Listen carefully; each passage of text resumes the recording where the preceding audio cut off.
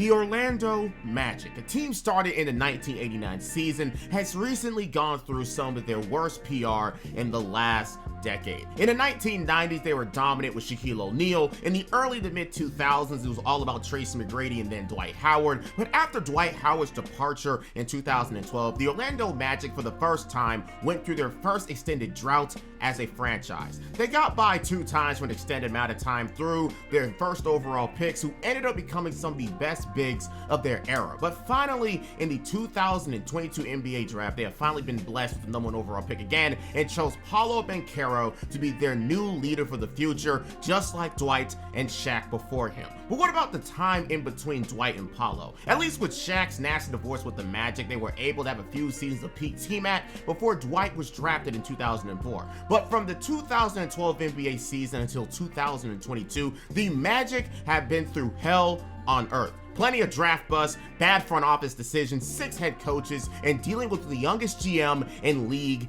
history, alongside much more. Paolo Banchero might have been the missing light at the end of the tunnel Magic fans have been waiting for, but the story of how they finally got to where they are now with a near 50-win record for the first time in years isn't for the faint of heart. With that being said, if you want to see more videos like this, be sure to like this video, as we are now officially on the road to 100,000 subscribers. So be sure to subscribe to be a part of that and to catch more videos. But as usual, this will be a long one, but you already know who it is. Wally! 3, 2, 1. Weights in the weight room, so he stitched up in the left. He's doing all this.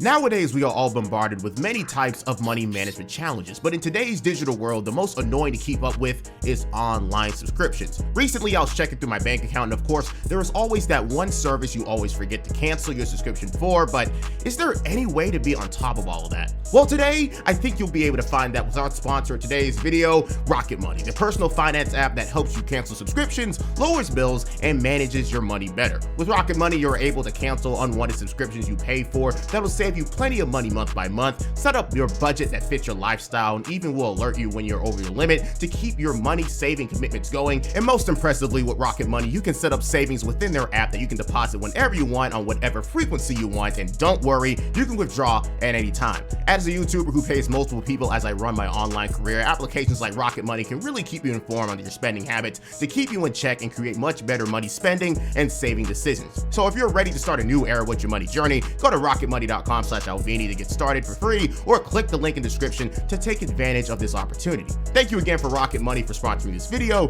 and let's get back into it.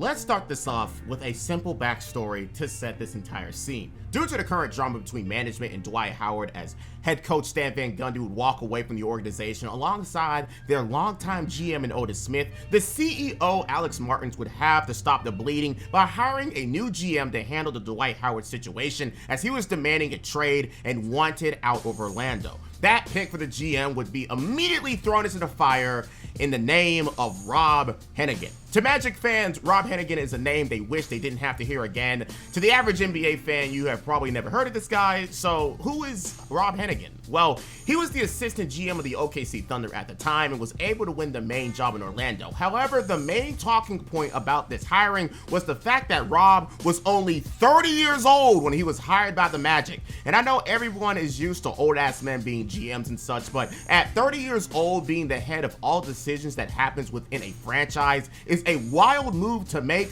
to say the least. At the time of recording this video, I just turned 25. I can't imagine in 5 years from now being a GM of an entire major sports team. But here Hennigan is with barely any experience, now being at the near top of a team's decision making. And guess what, my lucky viewer? You get to be in the front seat to witness how horrible of a decision this ended up being, and the many bad moves as GM of the Orlando Magic that Rob Rob Hennigan made. But anyways, immediately Rob was forced to handle the dying Dwight Howard situation and tried to make a trade that at least retained the value of one of the best defensive forces the league has ever seen, even though he's not top 75, but that is neither here or there. And with so many offers from all around the league and Dwight Howard's value falling due to his impending back surgery, this would be a very hectic time in Orlando. But there would be many other things to establish first, like replacement for Stan Van Gundy, and considering it's a rebuild, the Magic made another interesting move, hiring 37-year-old Jacques Vaughn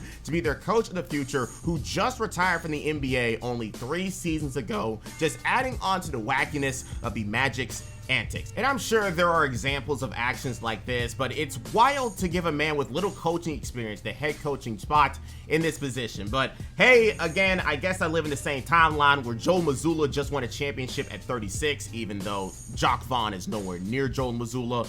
And I'm also living in the same timeline where JJ Redick is about to coach the Lakers. So I guess anything is possible. Shout out to Kevin Garnett and not Jason Tatum. But if you think that's bad, the Magic had the opportunity to hire now championship coach Mike Malone and still went with Jacques Vaughn, while Shaquille O'Neal wasn't exactly a fan of.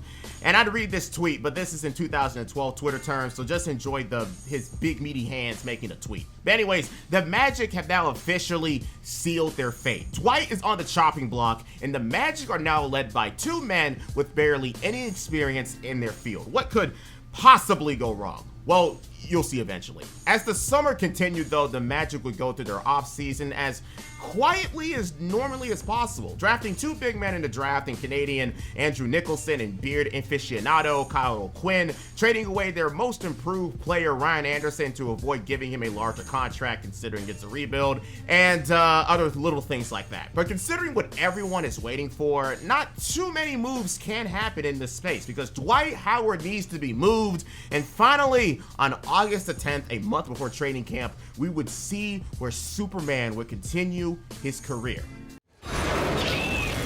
It has been developing for months. Breaking news tonight here on SportsCenter, and it looks like Dwight Howard is on the move, a deal that just really came about over the last couple of hours. Howard going to the Lakers, and Denver getting Andre Iguodala, Philadelphia getting Andrew Bynum. Those are really the big parts of this deal. The Magic, Aaron Aflalo from Denver, along with Al Harrington and his contract.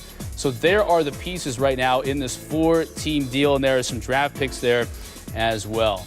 My God, I just miss old SportsCenter, and I mean that on no nostalgia shit either. I just want old ESPN back. Anyways, in the move of the summer, the Los Angeles Lakers were able to retain the man they met against the finals a few years ago to now go after a ring in Dwight Howard to join Kobe Bryant, Pau Gasol, and soon-to-be Steve Nash to create one of the most stacked teams we've ever seen talent-wise. But this isn't a Lakers video, this is a Magic video. So to Dwight Howard, we hope you the best, even though we know exactly what happens to your career soon after. Watch my Dwight Howard video retrospective for more information on that. But for the Magic and Rob Hennigan, they tried to find the best offer out there, and the outlook on it at that point was a very mixed bag. Immediately, they got a few young players in Nikola Vucevic, Mo Harkless, Aaron Aflalo, and the contract of Al Harrington, and only got 3 first-round picks or protections. To some, they could have gotten a whole lot more in the present and future, but considering we ain't talking about the crazy pick market we are in currently,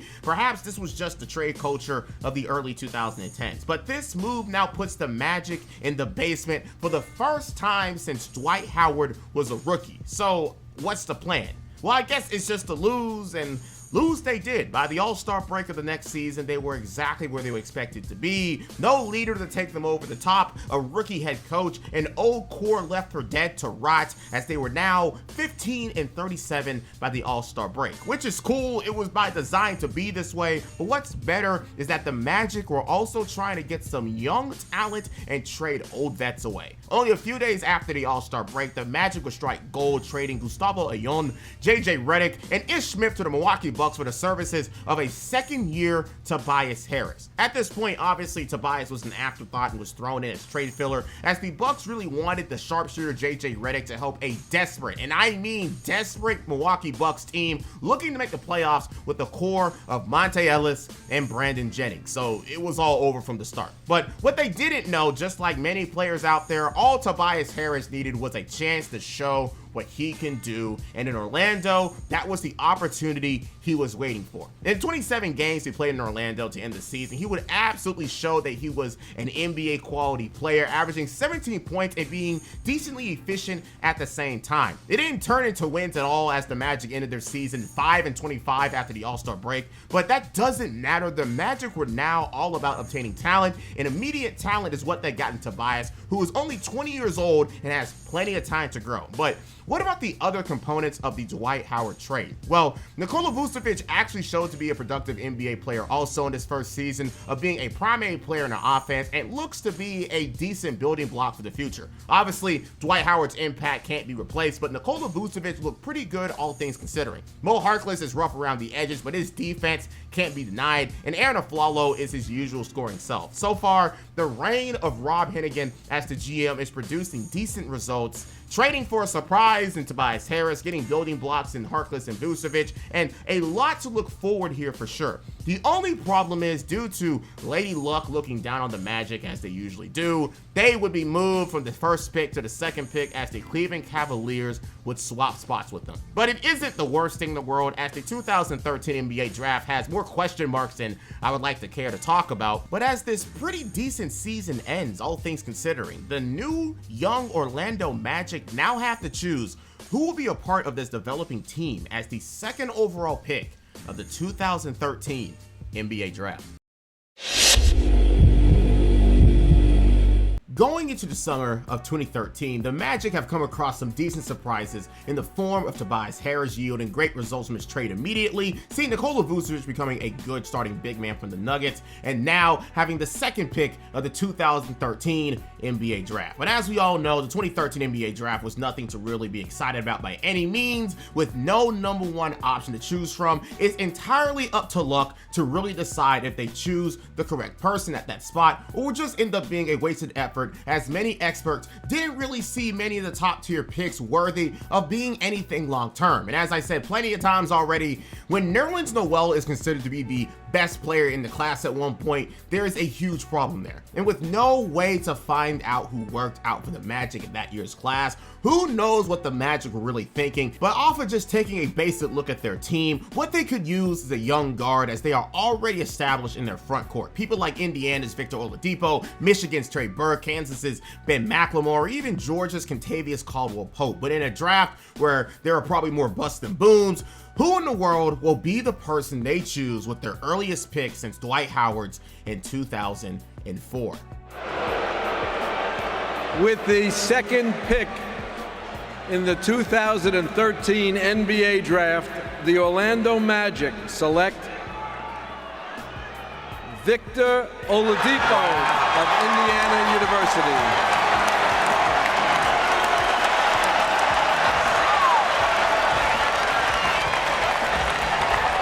To some, a hard decision, but to the Orlando Magic, it was probably a simple one. Victor Oladipo was considered one of the more higher upside players in this class, alongside already being an NBA-ready player with his world-renowned defense on the perimeter, as he won the Big Ten Defensive Player of the Year in his last year in college and averaged 2.5 steals per contest, and of course, being a pretty decent scorer in college, while he was a bit unorthodox, being primarily an interior-only type of threat with tiny remnants of a jump shot. But obviously not enough to really get a good feel of him when it comes to him taking them. But with his 6'4" and 215-pound frame, he can easily translate physically to the NBA as a rookie. This speaks volumes about how easily he can assimilate to the league compared to the average rookie, but considering that he's also 21 years old coming in, that's what you would at least hope for. But the wild thing was, Victor Oladipo was compared to the likes of Dwayne Wade, which is a wild comparison for anyone to make, especially in a draft class like this. But with the way he plays, a Walmart version of him on anyone's team is something I take on my team, no question. But the obvious question will be, can he meet expectations as an older rookie? Can he improve on his jump shot? And will this pick be looked back on years later as the right move as the Magic start their next rebuild? Guess we'll just have to wait and see, and you'll have to keep watching the video, sucker. And with very little happening in the offseason and their main story simply being the waiving of Al Harrington as his big contract is now off the table, the Orlando Magic quickly move on to the next season. No signings of notes, no trades, no headlines, just simply enjoying their pick in Oladipo and hoping that this young core they put together can turn into something in the next few seasons. Some would argue this approach isn't the best, but I guess management sees a lot in the prospects of Tobias Harris, Nikola Vucevic, and Victor Oladipo.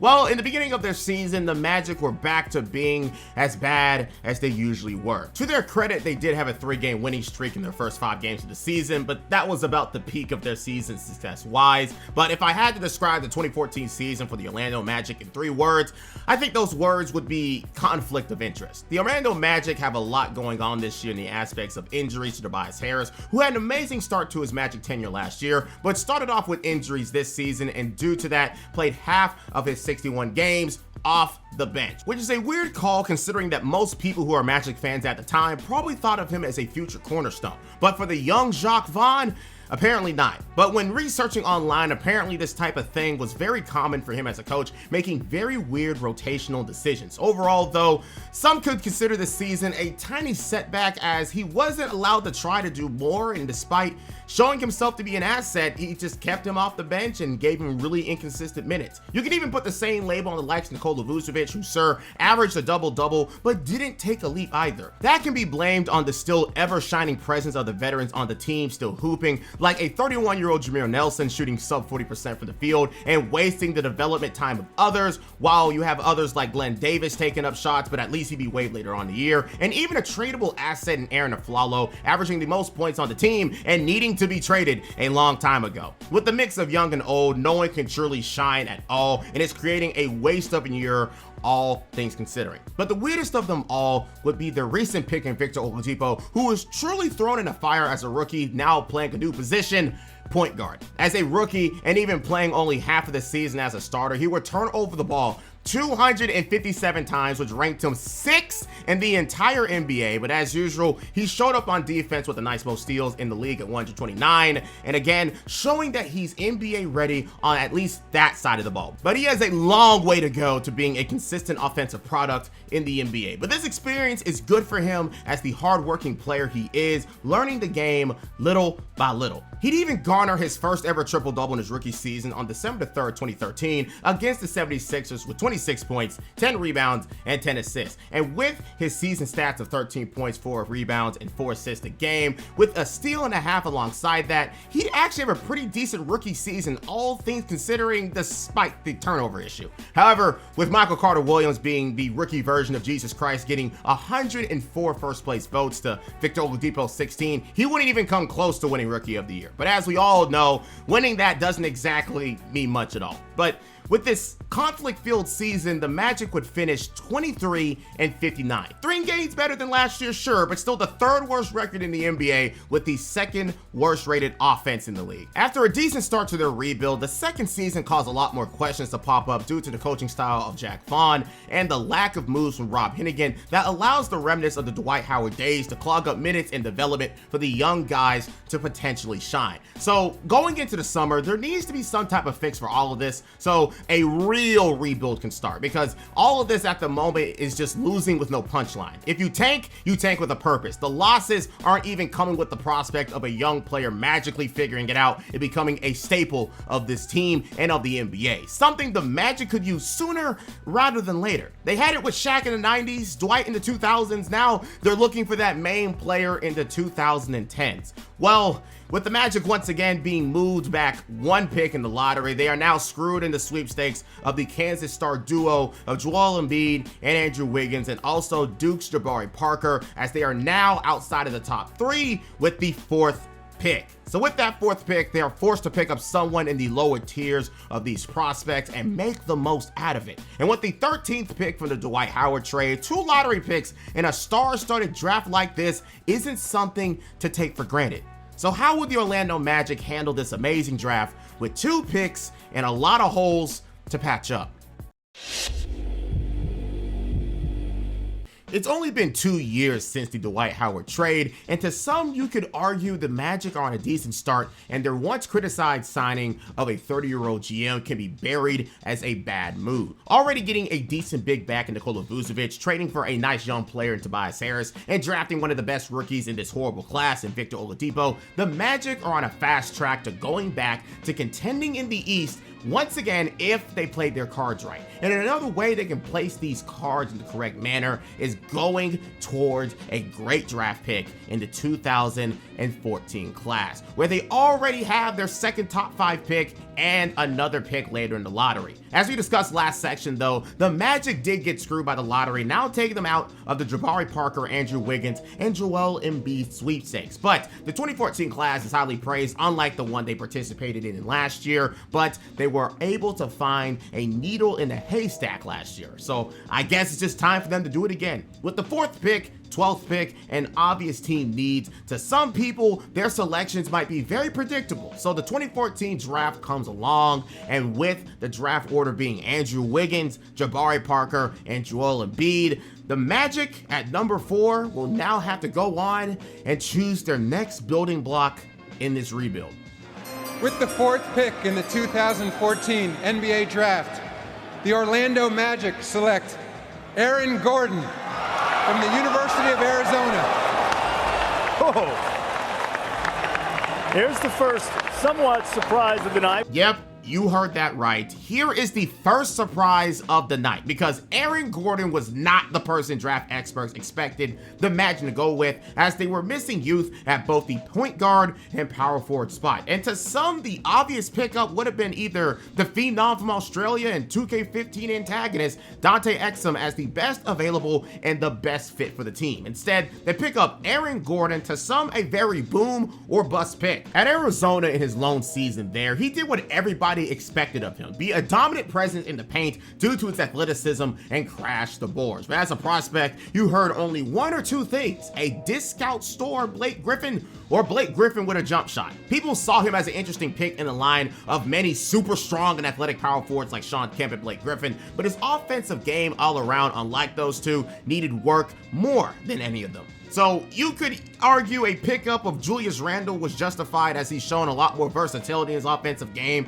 even if he had to develop a little bit more himself and he came off that injury. But the Magic said Gordon was their man, and now he will be the front court partner in the future of Nikola Vucevic. But the criticism came in from all forms of his lack of a real position in the NBA, his ceiling, and tapping into his potential, and of course his skills in general outside of his motor and athleticism, alongside much, much more. But this rebuild is already rolling, so maybe the Magic knew something that we didn't. But now we just have to settle their point guard issue. Dante Exum and Marcus Smart are both taken back-to-back, and they are both considered the best guards in the class. So who's left at number 12 for them? Well, Rob Hennigan and the Magic, they had something on their radar and were willing to pay a steep price for him. With the 12th pick of the 2014 NBA draft, the Orlando Magic would select Dario Saric from Croatia, but he would be moved almost immediately to the Philadelphia 76ers alongside a 2015 second round pick and a 2018 first round pick for a point guard, and his name was Elfrid Payton, the 10th pick of the class. Yet another head scratcher to some people. With the opportunity to draft Exum or Smart, they go for what is considered to be a far third place in Elfrid Payton. And due to this being 2014, finding quotes on the matter is a hard task, so there had to be something about him that stood out for him to be selected and traded for another future first round pick. Playing for the Raging Cajuns in Louisiana, it was safe to say that he had an unconventional game to most point guards nowadays, as the best defensive point guard in the combination, a nice playmaker, and an expert finisher at the guard position. Very old school for sure, but I guess unlike Exum and Smart, he can be more of a floor general than both of them. And with both of these moves made, the Magic leave out of the 2014 draft with two very interesting picks in the lottery. One who needs a lot of development time and help and no real feel for his position game in the future, and the other a floor general that isn't thought to improve much more than what he already is. Considering the talent pool that the 2014 class had filled with, there's a lot that can go wrong here with these two selections, but I guess time will only tell if these two will even work out. But the Orlando Magic are now committing more and more to their rebuild as the Magic move on multiple people finally. Aaron Aflalo will be traded the next day to the Denver Nuggets to help them out for the services of a second-year Evan Fournier. Do not look up his last name by itself on Google. And the 55th pick in Devin Marble to add more youth and potential. And they finally just up and waved Jameer Nelson finally to really allow the new pick in Elfrid Payton to start day one if Jacques Vaughn allows it. The summer in general will go by quietly as the Magic were just ready to see what year 3 of this rebuild would entail. Last year was a mess all over, all things considering, but with Hennigan clearing the veteran presence, there is no reason for Jacques Vaughn to do what he did last year unless he just straight up had it out for someone. But as usual, it's a rebuild, so wins came very scarce, but the Magic would see their first pick of the rebuild really show out, as Victor Oladipo in year number 2 showed a lot to be desired. Now playing his natural position at shooting guard and having an entire season under his belt and experience, Oladipo would improve right before everyone's eyes and turn into the real leader of this team. Sure, 17 points per game isn't the biggest eye popper, but the improvement is being noticed nonetheless, and it helps to have a point guard like Elfrid Payton, who is getting Rajon Rondo comparisons as a rookie, placing in the top 15 in assists as a first-year player, serving as an immediate impact to this team. And without the self-tampering of Jacques Vaughn, Tobias Harris went back to being a 17-point-per-game scorer and continue to improve on his efficiency. But you can tell the hierarchy of things was still developing, and obviously losing was still very much happening, but the Magic had a little something happening. Someone just needed to really take the reins eventually and be that star player. And speaking of that, the Magic, after a 15-37 start, would see the writing on the wall and finally make a change. On February 5th, 2015, Jacques Vaughn will be fired from his head coaching position and replaced with interim head coach James Borrego for the rest of the season. Giving a man the head coaching spot of your NBA team only 3 years removed from being in the NBA itself was a bold move, and it didn't yield any results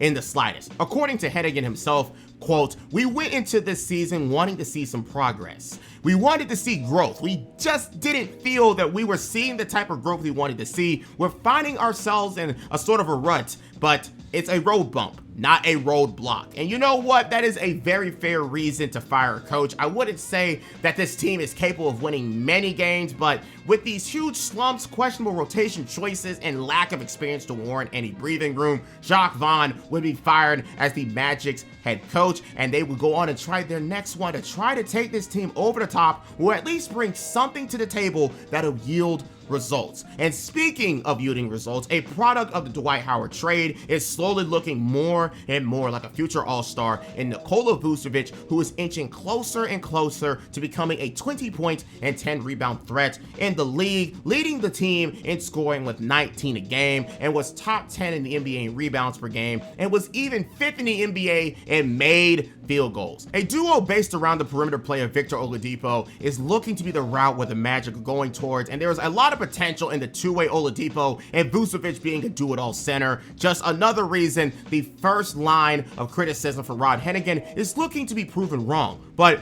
when it comes to his 2014 picks, Elfrid was looking to be a decent one so far, garnering 2 triple-doubles in his rookie year. But for their 4th pick in Aaron Gordon, he would have a very slow start to his NBA career, starting things off with an injury, and when he came back, his athleticism didn't translate the best out the gate in his rookie season. Obviously, he created moments like anyone with his type of hops would, but it didn't really turn into much impact. But it's his rookie season on a non-established and chaotic team, so we're just going to give him a little bit of grace for now. And the last person I wanted to talk about in this young core is another steal that Hennigan made from the Nuggets, again obtaining Evan Fournier, who just like Tobias and Vucevic just needed a platform to perform, and he came through in his first season in Orlando, scoring an efficient 12 points off the bench and showed potential to be a sniper for the Magic and a pretty decent overall score. And with a team with a potential starting lineup, Fournier came through and with even more firepower only makes their future brighter, whether through his scoring or even as an asset via trade. I know I've said this already, but you'll hear me say it more. The Magic really have something here so quickly since parting ways with Dwight Howard. And considering his decline across the league, again, you might want to watch that video of mine. Magic fans can consider this to be a bullet dodge and a well-needed divorce from Superman. But how does the rest of the season go though? Well, the Magic continue their losing ways with no end in stop. With a first-time coach in Borrego and still no set structure yet, it was really about who can really show themselves to be a true asset long-term on this team. So far, it's obvious that Vucevic and Oladipo are their clear future stars, with Tobias being an efficient third option. A great playmaker in Elfrid to be their point guard, and of course some well-needed development from Aaron Gordon, who is drafted to be their power forward of the future. And lastly, a nice wild card in Fournier, who was added to the mix. Still though, a 25-57 season is nothing to write home about, but with the likes of Elfrid Payton and Victor Oladipo being top 20 in steals, who can be a dangerous backcourt defensive tandem, Vucevic is learning more and more on his route to becoming a real menace at the center position as he eclipses the top 20 list of scorers that year. Tobias Harris is looking to be a consistent wing threat, and much, much more. All the Magic need is a competent system and coach to turn their strengths into wins, and we could see the potential of an Orlando Magic comeback. But with the 5th worst record in the league, once again, we see another opportunity for the Magic to strike gold in this draft. And with the weird picks in 2014, we are really going to have to see what the Magic can do this time around with another top 5 pick. And with no clear shot of the best prospects of the 2015 class, who will end up being the person that they choose in this class to potentially take this team even further? With the Orlando Magic on the rise in the perspective of an NBA team going through a rebuild, and after a few seasons since the Dwight Howard trade, this offseason will be one of the most important for this very young franchise. The Orlando Magic have a starting lineup full of young talent, looking to show their value in the association, but the coach they started with the rebuild was probably unfit to take them anywhere, so as they roll into the summer, it's time for Rob Hennigan to find a coach able and capable to take this team over the top. And the interviews started right after the regular season ended, but the crazy thing is they only did 2 of them. The first one went to former Knicks head coach Mike Woodson, but the second one seemed to really make a great impression. That person being the current holder of the most assists in the game and former Orlando Magic player, Scott Skiles. Scott Skiles at this point is very much experienced and has found himself coaching and creating playoff teams in every stop he went to. Whether it was the early 2000s Suns, the Bulls right before they got D Rose, and just recently, the coach of the Milwaukee Bucks. The team he's seen trade away Tobias Harris for JJ Redick. So while his coaching record of 443 to 433 isn't much to speak of, he does have experience coaching playoff teams, even if it's only been past the first round twice and 6 playoff tries. And while I couldn't find much of a specific answer on why they hired him to be the Magic's head coach outside of the usual basic jargon, we're just going to have to assume that the fact that they only did 2 interviews really meant that Scott Skiles killed it in his own interview in some way. But now he's responsible for turning this young and hungry team into a winner and seeing if any of them can finally become a star in the NBA, especially considering they are going into the 2015 draft with another top 5 pick just to add to this big old talent pool. And while they have no positional need, they can literally choose anyone. And while they did miss out on the likes of D'Angelo Russell, Karl-Anthony Towns, and Kristaps Porzingis, there is plenty of other great talent outside of them to choose from in both the front court and the back court. But whoever the pick will be seen as competition for the person in front of them. So which person will the Orlando Magic bank on, and who will potentially be on the hot seat that's already on the team? With the 5th pick in the 2015 NBA Draft, the Orlando Magic select Mario Hezonja from Dubrovnik, Croatia. He last played for FC Barcelona in Spain. Mario Hezonja, 6'8", super athletic, great shot creator in Europe, has the experience of playing in the second best league in the world. This pick was seen as a grand slam to some and a horrible one by others. So let's just look at both sides of this debate. In the EuroLeague playing for FC Barcelona, Mario has shown plenty of glimpses as a heavy-duty scorer with tons of athleticism to use that is obviously eye candy to most scouts. But what if I told you that is really where the positives ended for Mario? Because the talks around the negatives were a lot louder than the praises that he got, because most of those praises were just based off of that one itsy bitsy word that I hate to hear so much: potential. As we all know, the European presence in the NBA is getting bigger and bigger as the years go by. But that doesn't mean the stereotypes that said players aren't still used against them when they come into the league. And Mario was yet another person who had to prove the doubters wrong some way. But it wasn't just that. His play in the EuroLeague was highly inefficient. His jump shot was inconsistent at best. And according to scouts, he is only good at ISO scoring and wasn't much of a passer. So there's a lot going against him in the aspect of fan outlook, who was looking more towards the Duke standout of Justice Winslow. But Mario is here, and they're going to have to hope that he improves upon his on top of many weaknesses. However, with Scott Skiles hired to actually bring success to the team, the patience of the front office might be thinner than you could ever imagine for him. But this may also mean that the clock is ticking for the players who play at that position, whether it's a shooting guard or a small forward, because if he somehow takes off, people like Evan Fournier, Victor Oladipo, or Tobias Harris might just be out the door. Speaking of Tobias Harris, as the oldest player in this rebuild, his rookie contract is now ended, and he's the potential first player who could be seeing some big time money and could be locked in as a cornerstone of this team, and that he was. While teams like the Boston Celtics and Detroit Pistons tried to pry him away, the young Tobias Harris would come back to the Magic on a 4-year, $64 million deal. Sure, while steep, the Magic could either lose him for nothing and hope that Mario Hezonja's draft selection turns into something sooner rather than later, or keep Harris to continue to see if he improves, and that contract might just end up being a bargain in the future. But someone did need to be moved for Mario to get actual rotational minutes, and that person was Maurice Harkless, who was traded the same day to the Portland Trail Blazers for simply a 2020 second-round pick. As one of the few players that didn't turn into anything in the few years that we reviewed already, Harkless became super expendable, and it was better to trade him for something down the line instead of getting absolutely nothing and letting him walk in free agency. So let the Blazers take him and make use of him, because he was no longer needed in Orlando. He would improve in Portland and actually get a payday soon after, but injuries would hinder him for the rest of his career. So hey, at least he can say he got paid for his hard work in those few seasons in Portland. Back to the present though, the Magic were really trying to go about a potential playoff appearance, as that was the goal this year under Scott Skiles' tenure, and Rob Hennigan would go through any means to obtain that, especially considering that he just got an extension to his contract this summer. So might be safe to say that he's also on the hot seat himself, as the extension is for only 2 more seasons. So if he doesn't do something major in these next 2 years, he could be gone himself.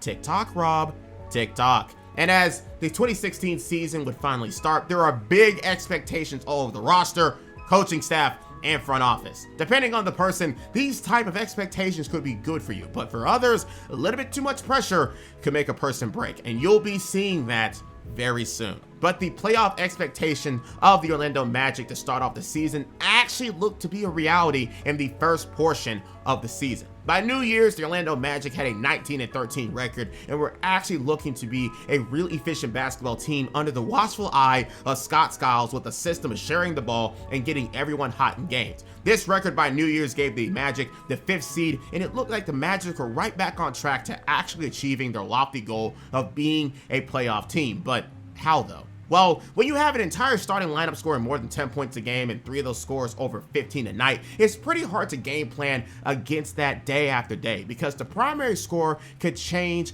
at any time. And this also was headlined by Tobias Harris, who is now starting at the power forward spot to make the Magic even more dangerous offensively, taking advantage of a space in the front court to allow the best scorer on the team, Nikola Vucevic, to take advantage in the paint all by himself. And while sure, they weren't beating you with one overall person, they spread the love everywhere. No Diddy, placing 7th in the NBA in assists per game while everyone was passing the ball as Scott Skiles envisioned it. But this is the same person who owns the assist record in a game, so I shouldn't really be surprised that this is how he wants things done. But while no one starred on the team with everyone staying around their same averages from last year, some more efficiently than others, but this coaching change actually worked for the better and was starting off as a W signing for the Magic in the aspect of signing Scott Skiles. But all things have to come to an end eventually, because as soon as the year turned to 2016, things fell apart, starting off in the new year with a 3-15 start.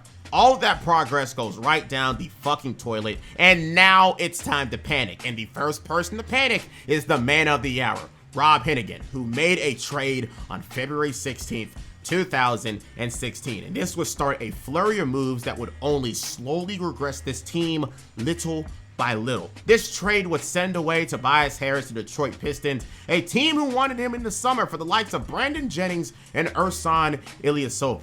That is it. That's all it is. That's the trade. But the question is why, especially since both of these teams are fighting for a playoff spot in the same conference. Well, it's simple. Both sides thinks it helps them make the playoffs somehow, and Rob Hennigan now wanted to get off the contract of Tobias Harris and make it Detroit's potential problem. Despite the fact that Brandon is already on a huge decline with his lower body, this now just makes the team worse off, really. But it also opens up minutes for the likes of top 5 picks in the last 2 drafts, Aaron Gordon and Mario Hezonja. So it could be a positive if one of them wants to pop off, but there's also a high chance of failure. And in the words of Rob Hennigan himself, quote, "I think we're in striking distance for a playoff spot. We feel like our team played well the last few games, and we just have to sustain that momentum and add to that momentum. The goal is to make the playoffs, and the goal is to win, and that's what we're trying to do. We see Brandon and Ersan as really good fits, both short-term and long-term for us. We also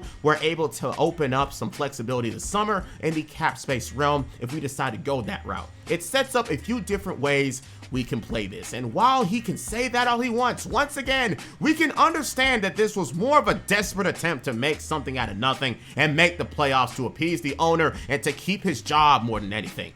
I know exactly what you are." But as the season continued, this move wouldn't serve as the fix Hennigan was expecting to end the bleeding that they were going through, as the Magic after the All-Star break ended the season 12-19. Once as high as the 5th seed in the Eastern Conference, the Magic have imploded on themselves to once again not make the playoffs. However, credit where credit is due, the Magic did have a 10-game increase, which has to be applauded, but the problem is that they ended the season as the 11th seed and 9 games from the 8th spot, which is ironically owned by Tobias Harris and the Detroit Pistons. The Magic just gave the Pistons the ammo they needed to be successful this year, while they drowned once again, taking on a busted Brandon Ingram and a role player. And no draft picks behind that, by the way. And if that didn't shock you, then guess what? By the end of the year, Scott Skiles would resign from his head coaching job only after 1 season. And in his message to the fans, he simply says, "After much thought and careful consideration, I and I alone have come to the conclusion that I am not the right head coach for this team. Therefore, effective immediately, I resign my position as the head coach of the Orlando Magic." I realize this type of decision can cause much speculation. The reality, though, is in the first sentence. It is simple and true. I'll give him the benefit of the doubt, but this season went from super bright and promising for the future to another dumpster fire. No major improvement from the players, a coach who abandoned ship, a GM who is sabotaging their team, and another wasted season altogether. Which, no one exploding on the team as a player, things can get pretty stagnant, but sometimes when there's too much talent or too many guys trying to prove themselves, well, things can be a little bit too jumbled. This is basically a glorified JUCO team. If you know, you know. It was working in the beginning, but that big time drought from the beginning of the year until the All-Star break ended their season as the kill shot. And speaking of which, Mario Hezonja didn't do much in his rookie season, but it was mainly due to the clock forward spot on the team. But things can open up next year with Tobias Harris gone and a new coach on the horizon. Victor once again dealt with injuries. Vucevic played the fewest games he ever had in Orlando. The season was an absolute mess from all angles, and the team just wanted to move on and try again. But now the team needs another coach, and time is ticking for Rob Hennigan. So now we close the curtain on this very odd season as we go on to the next with more and more questions being raised. Players in this rebuild need to be paid. The owner is getting more impatient. Another lottery pick that has to be used. Some progress needs to be made, and it's going to happen whether it's a good or bad move by the GM of the Orlando Magic, Rob Hennigan. The Orlando Magic are in trouble. Big trouble. Multiple years with barely any progress despite the decent moves made by GM Rob Hennigan, and then the only year where they actually look good, the coach up and resigns. The GM makes a horrible trade that backfires immediately, and you can argue due to this, they just take another step back in their progression. The contract of Hennigan is now coming to a close, and he might be losing that job if nothing comes from this upcoming season. So like last year, this season has a lot of heat behind it from all sectors, but the team still needs a coach, and last year we seen what happens when someone experienced took the helm. So who will it be this year? Well, just like last time, the Magic barely did any interviews, that they were able to hire their first option on their list, who was a hot commodity that summer, Frank Vogel, one of the best defensive coaches in the NBA, and the man who coached the Indiana Pacers to 2 straight conference finals appearances. If Scott Skiles was the man who was able to make things work last year, then this is a clear upgrade in the head coach department. And that was exactly what the Magic were looking for, as Hennigan complimented Vogel by saying that he's, quote, someone who puts an emphasis on the defensive end of the floor, someone who puts an emphasis on player development, and also someone who puts an emphasis on building lasting connections with the players on our roster. And with a 4-year, $22 million contract, the thoughts had to be that Vogel would be the missing piece of this puzzle to send this young team to prominence in the NBA. But just know, this team wasn't about to stay young for very long. But with this great pickup for the Magic were ready to try again with this young core. Sure, Tobias is gone, but the hope was for Aaron Gordon or Mario Hezonja to turn into something in his place. So maybe Vogel is the person who can unlock this potential for the both of them. But come draft time, and with the 11th pick of the 2016 NBA class, the thought was that the Magic would just pick up another project player and keep trying to strike for gold, something they haven't really been necessarily great at doing yet. So with another draft pick in the lottery, who will be added to this rebuild? With the 11th pick in the 2016 NBA Draft, the Orlando Magic select Domantas Sabonis from Kaunas, Lithuania, and Gonzaga University. Domantas Sabonis, son of the legend Arvydas Sabonis. He may not be as physically imposing as his dad, but he still has all the skill his father had and was showcasing that at Gonzaga. Of course, another big man added to the mix does put pressure on Nikola Vucevic and Aaron Gordon, but like I said last year, competition breeds innovation, and it might just make someone do that much more to become a star and not get replaced by the son of the European legend. Too bad it wouldn't happen though, because soon right after the draft, Domantas Sabonis would be traded.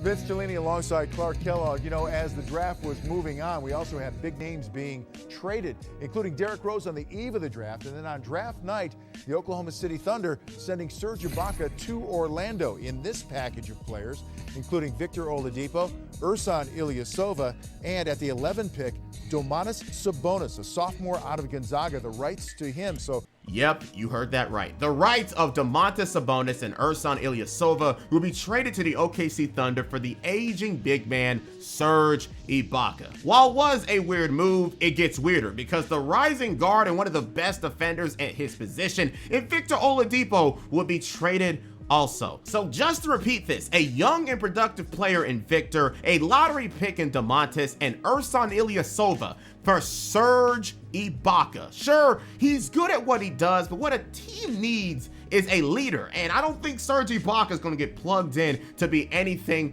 like that unless it's in the paint. So what does he do outside of adding on to what Frank Vogel wants team-wise with defense? He improved leaps and bounds as an offensive player, but what's the idea here? Well, safe to say, this was just another move from Rob Hennigan, who wanted the Magic to make the playoffs by any means necessary. So he made this move for an all-defensive player in Ibaka, who sure is a great piece on a perennial playoff team, but is now coming into a very much unproven franchise, and is now also, fun fact, on a contract year. So things can fall apart real fast, whether it's the form of Ibaka leaving in free agency at the year's end, or if they do pay him, the Magic staying stagnant and not getting anything from this trade.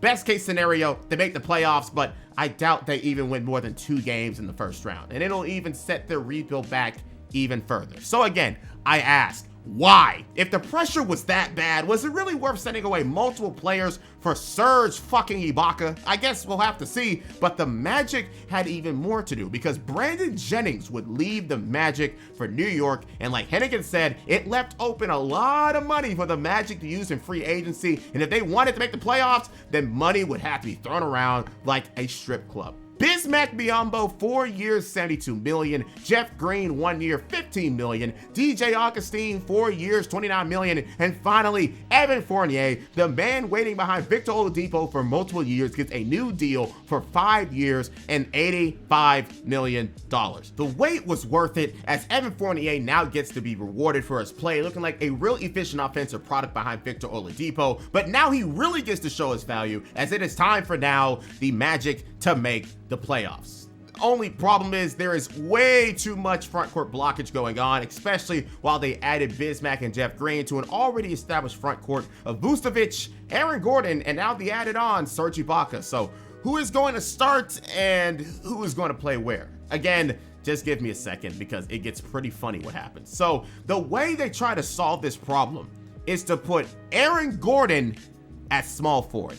In the first game of the 2017 NBA season, the Magic wrote out a lineup of Elfrid Payton, Evan Fournier, Aaron Gordon at the 3, Serge Ibaka, and Nikola Vucevic. Zero spacing, legit zero spacing. I'll give them this though, the reason they hired Vogel was for his defensive tactics, but you do need at least some type of relevant offense to win, and Lord have mercy, there was none of it. So let's just go on and cut to the chase. The season was god-awful, and it looked like it was over from the start. Fast forward to February 13th of 2017, the Magic, right before the All-Star break, owned a record of 21-36. Nowhere near where they wanted to be as a team, and even worse, Frank Vogel didn't even create a good defensive team, as they was one of the worst in the NBA. The drama from all over, whether it was from Aaron Gordon logging in most of his minutes that year at small forward, a down year for Nikola Vucevic, they ended up with him losing his starting spot at one point, another year of Mario Hezonja barely being used due to his newly signed veteran teammates, and much more. Overall, there was zero stability with this team, and once again, it set the franchise back due to it. But if that wasn't bad enough, the trade from the draft would be turned into absolute dust, because the next day, Serge Ibaka would be traded to the Toronto Raptors for the services of Terrence Ross and a first-round pick, as Rob Hennigan would admit defeat in this trade, literally turning Victor Oladipo and Domantas Sabonis into Terrence Ross. One of the worst trades you can think of in this modern era, especially considering where Domantas is now as a player and what Oladipo looked like the very next year in Indiana. Rather than betting on his own team that he himself built, he went ahead and burned it all down, thinking that all it took was a simple shopping spree to turn this team around. But nope, it only made Hennigan look like an amateur, as all of his hard work went down the toilet in a matter of 1 calendar year. From the Tobias Harris trade to Serge Ibaka for Terrence Ross. Hennigan put up some masterclass numbers on how not to run a front office, and with that move being done, it's time to hang up the season once more. The Magic are now in a terrible position with plenty of guys on long-term deals, and because of all of this, this year from hell from Hennigan, it puts the Magic in a horrible spot for years to come. So whoever comes in next has a lot, and I mean a lot, of cleaning up to do, because it didn't take long for Hennigan to be fired, which happened on April the 13th, 2017. Credit where credit is due, though. He started off on an all right pace, but once the pressure was coming strong, he faltered big time, and now the Magic are potentially in a bigger mess than when Dwight Howard left in 2012. But to review the team once more, it was a clusterfuck from all ends. Aaron Gordon was forced to play a position he didn't excel at. There was no major improvements from the team from any of the young talent. And now with veterans here to stay with their contracts, the future is looking to become even more fucked up, especially as Frank Vogel in his first year didn't create a team that he was known for making. But I can't put much blame on his end. He came into a chaotic situation with the GM that ended up messing up the team more than when he first originally was hired. So as the Magic end the season 29-53, what is there to look forward to as an Orlando Magic fan? The answer is probably nothing, especially as the Magic will move back a spot again in the lottery, now owning the 5th pick in the class. Still a crack at one of the best players in the draft, but their track record doesn't leave much to be happy about if you are a fan, which is funny because again, Oladipo and Sabotage will become all NBA talent in the near future, but that wasn't under the Magic's ownership. So I guess with the most polarizing season so far done, can this really get any worse for the Orlando Magic? Well, as you can see by how much more we have to talk about here, it probably will. So with the likes of Rob Hennigan out of the role of GM, it is officially time for a new reign for the Orlando Magic to start. But under who? Well, that role would now fall in the hands of Jeff Wetman, former GM of the Toronto Raptors, who would be the head of basketball operations, and the role of GM would go to John Hammond, who recently was the GM of the Milwaukee Bucks from 2007 to 2017. These two would be hired to come together and make the Orlando Magic great again. However, while their track record isn't the best, at least they have the experience in the field, and honestly, all it takes is 1 or 2 good moves to make this team good. Would it be great if they got the #1 overall pick and have that fall in their hands again?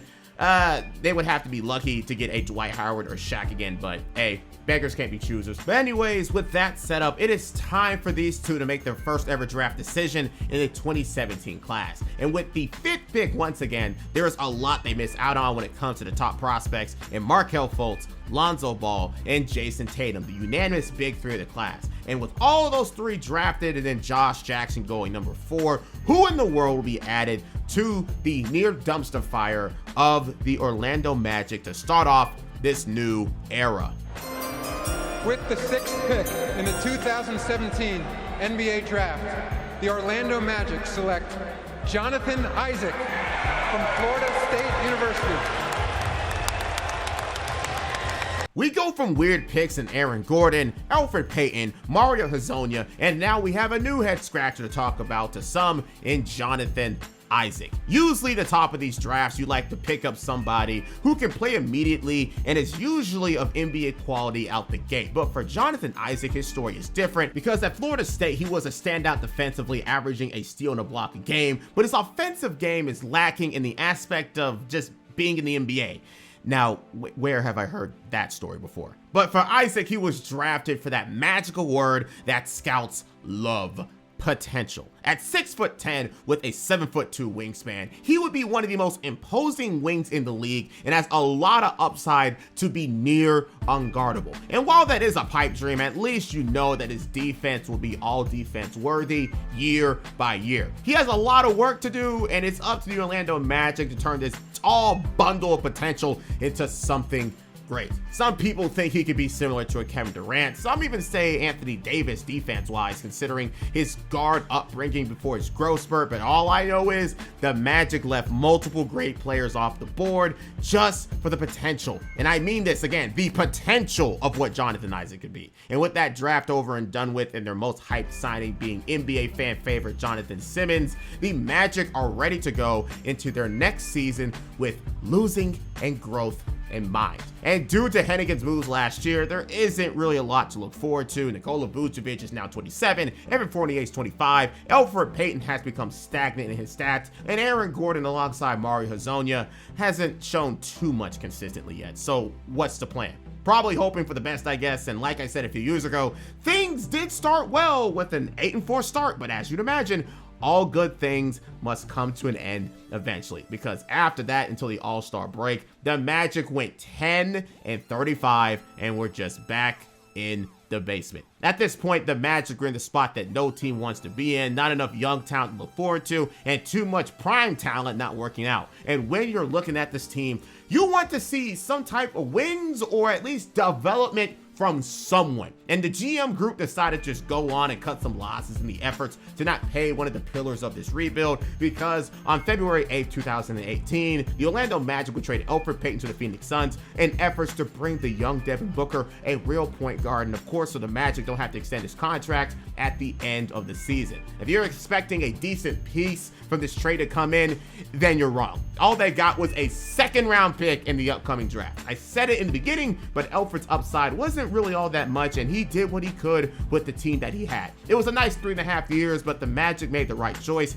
to not extend him, or to at least not overpay him, because you just never know what someone's free agency value is. But the Orlando Magic are still a mess and still very much chaotic. These things include, but not limited to, Mario Hezonja playing power forward for most of his minutes and being found out that he wasn't all that good in his first season getting actual playing time, the trio of Evan Fournier, Nikola Vucevic, and Aaron Gordon all missing at least 25 games, Terrence Ross being out for most of the season due to a sprained MCL, and last but not least, Jonathan Isaac playing in 27 games in his first season due to a high ankle sprain that hindered him big time. If anything could go wrong, it did go wrong. So are there really any positives to speak of here? Well, there is one, and it was one of the best decisions that they ever made, going further into this new era by firing Frank Vogel after the season was done and going a new route. But we'll talk about that one later. That was probably one of the worst seasons we talked about, and it showed on the record books with a 25-57 season, again having a 20-win season for the 5th time so far. You have plenty to complain about all over the roster, but just like with Scott Skiles a few years ago, all it takes is one decent coach, one coach with a vision, one coach with a strategy to really make the Magic at least somewhat decent. There are okay pieces you can use, especially in one of the worst states the Eastern Conference has ever been in, but the Magic are trying to compete, and next year will be a very vital year to show how much one coach can change everything. Another year, another disappointing season that creates more questions than answers, but this is the first year into a new era, and Rome wasn't built in a day. These things take time, but considering they've been stuck in the NBA's version of the basement since 2012, and the best thing they pulled off was a 35-win season, things gotta change. So now with Frank Vogel out and about to win his first championship with the Lakers in another year, there is yet another vacancy in the head coaching position. So who is being considered for the 5th head coach spot in this video in 7 years? Well, the names came down to people like University of Houston's Kelvin Sampson and Portland Trail Blazers assistant David Vanterpool. But for this position, they decided to pick up another Magic alumni, because on May 30th, 2018, the Orlando Magic announced that they would be hiring former Magic assistant Steve Clifford to be their next head coach of their team. He was the assistant under Stan Van Gundy in Orlando before going to Charlotte and leading their team to 2 playoff appearances despite their weirdly constructed teams. But now in Orlando, he gets to do the exact same. His approach is a lot more old school in nature, with a very defensive first mentality and liking his offense to be based around his big man and point guard, as we saw with his relationship with both Kemba Walker and Al Jefferson in Charlotte. But now in Orlando, he gets to take care of what is possibly a more talented roster with identity issues. But with his help, he can give this team the identity they've been looking for so long. And with this 4-year deal, he will have plenty of time to show what he can do around Orlando, Florida. But enough of that. I know you missed the wild antics of the Orlando Magic would put themselves in the NBA draft, and now we are back with more coverage going into the 2018 class. And with the 6th pick, due to them again being moved back another pick because the NBA just hates them, they have yet another prime opportunity to at least take someone who can play right here, right now. The top 5 is already set in stone with the likes of DeAndre Ayton, Marvin Bagley III, Trae Young, Luka Doncic, and Jaren Jackson Jr. But literally right after that, there is a myriad of great talent they can pick up to be their new headliner in the future. And with no real positional need, it might just come down to who is just the best available player. We don't know what logic they'll use here, but all I know is they wouldn't pick up another project player, right? With the 6th pick in the 2018 NBA Draft, the Orlando Magic select Mohamed Bamba from the University of Texas.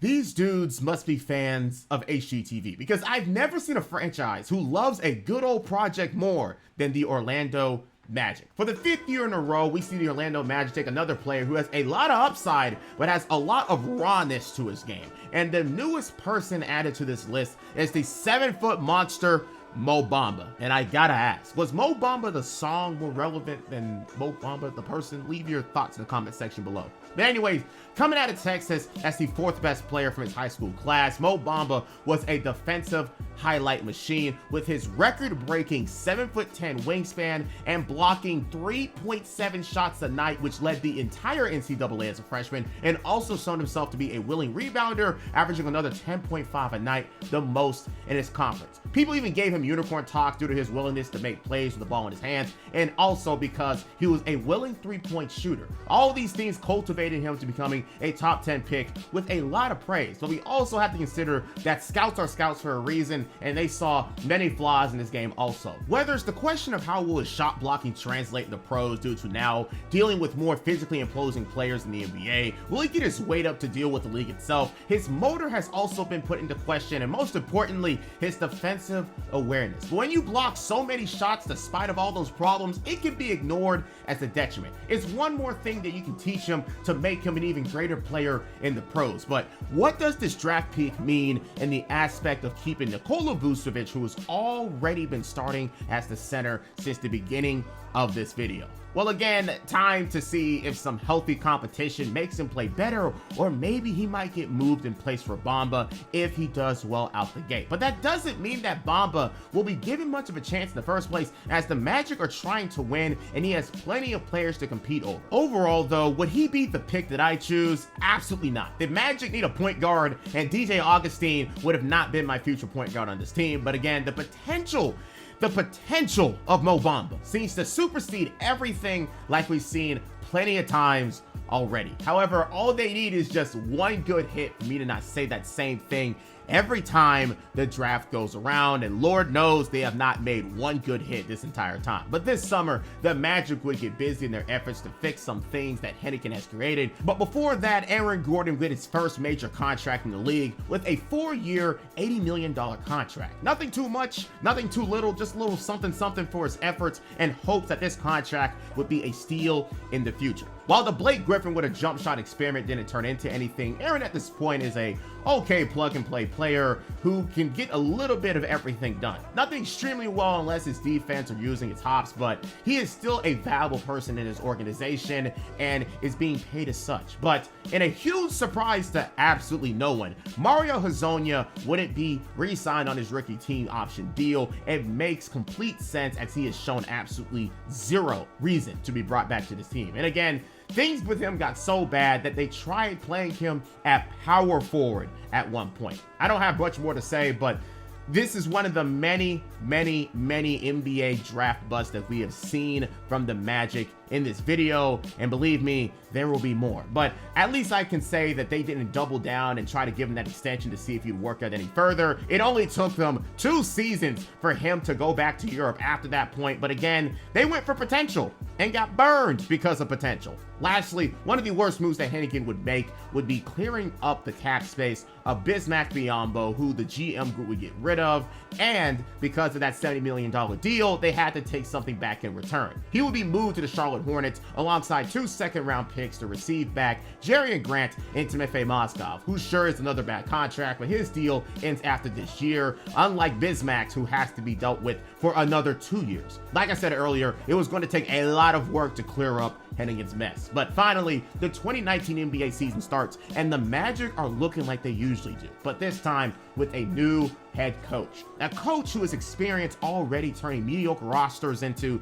something less mediocre, I guess. And just like Frank Vogel, Steve Clifford was trying to tap into their defensive capabilities with a day one roster of DJ Augustine, Evan Fournier, Jonathan Isaac, Aaron Gordon, and Nikola Vucevic. That sounds solid on paper, but things didn't start off the way that anyone in the Magic organization wanted at all. By the 5th of January, the Magic were still struggling to win games consistently, but they were back to being the same old Magic team that we were used to all seeing, with a 22-32 record by that point. But things were different, and by different, I mean, despite of the record, they were actually somewhat competitive. Despite the losses, the Orlando Magic, one of the best defensive teams in the NBA, showing that Steve Clifford is successful at making teams click like he did in Charlotte. But offensively speaking, they're one of the slowest paced teams in the league, turn over the ball the 5th most in the league, and crazy enough, gets the least amount of free throws a night. But despite of that, they had crazy positives, like something we just never seen before. First and most importantly, Nikola Vucevic would finally see his big break in the NBA after years and years of no pecking order on this team. He'd be the man who led the offense night by night, averaging a career high 21 points alongside 12 rebounds and throwing nearly 4 dimes a night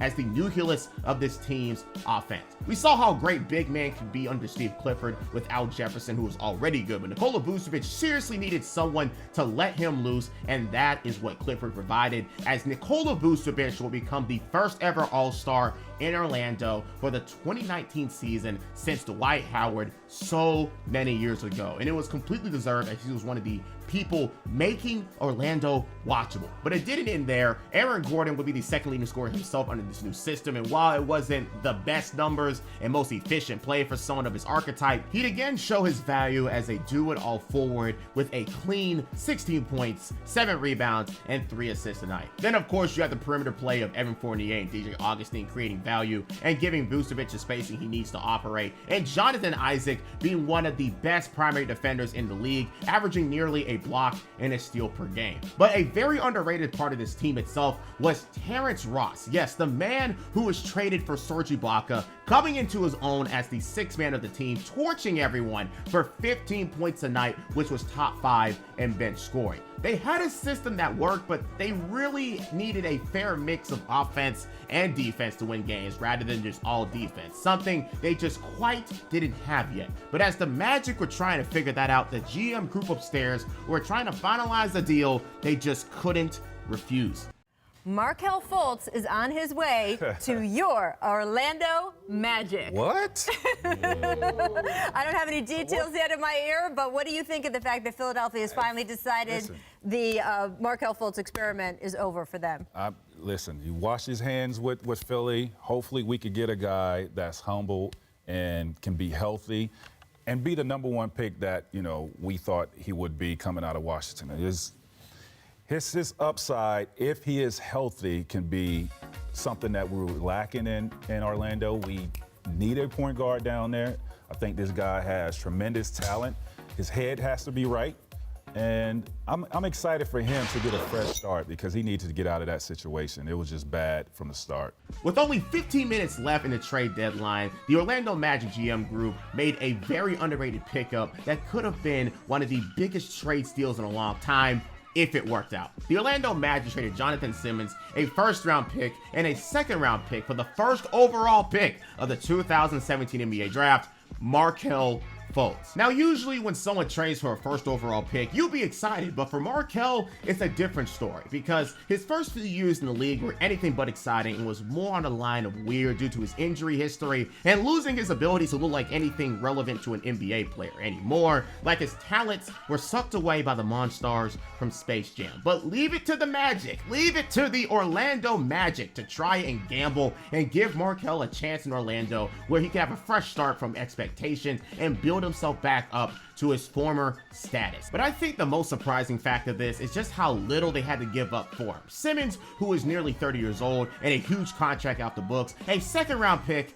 and a first-round pick. If they can make things work out, that'll be pennies on the dollar for what he could be worth in the future. And yes, before you even dare type that in the comment section, I know that pick turned into Tyrese Maxey. I was horrified to learn about that too recently, but let's just act like we just didn't know that information. But the plan for Markelle is to learn his way back to becoming the star everyone expects him to be, and if that happens in Orlando, then they just got a #1 pick for basically free while they had to earn them years before. But away from that, he won't even be playing until next year anyways. The Orlando Magic are cooking something devious because they are winning, and I really mean winning. From February the 7th to the end of the season, the Magic looked absolutely brand new, and it was because of that tiny little section of the season. The Magic's offense became one of the best in the league. And already with a top 5 defense, it made this team look damn near unbeatable. If you want to know the specifics, from that point on until the end of the season, the Magic had the best defense in the league and had the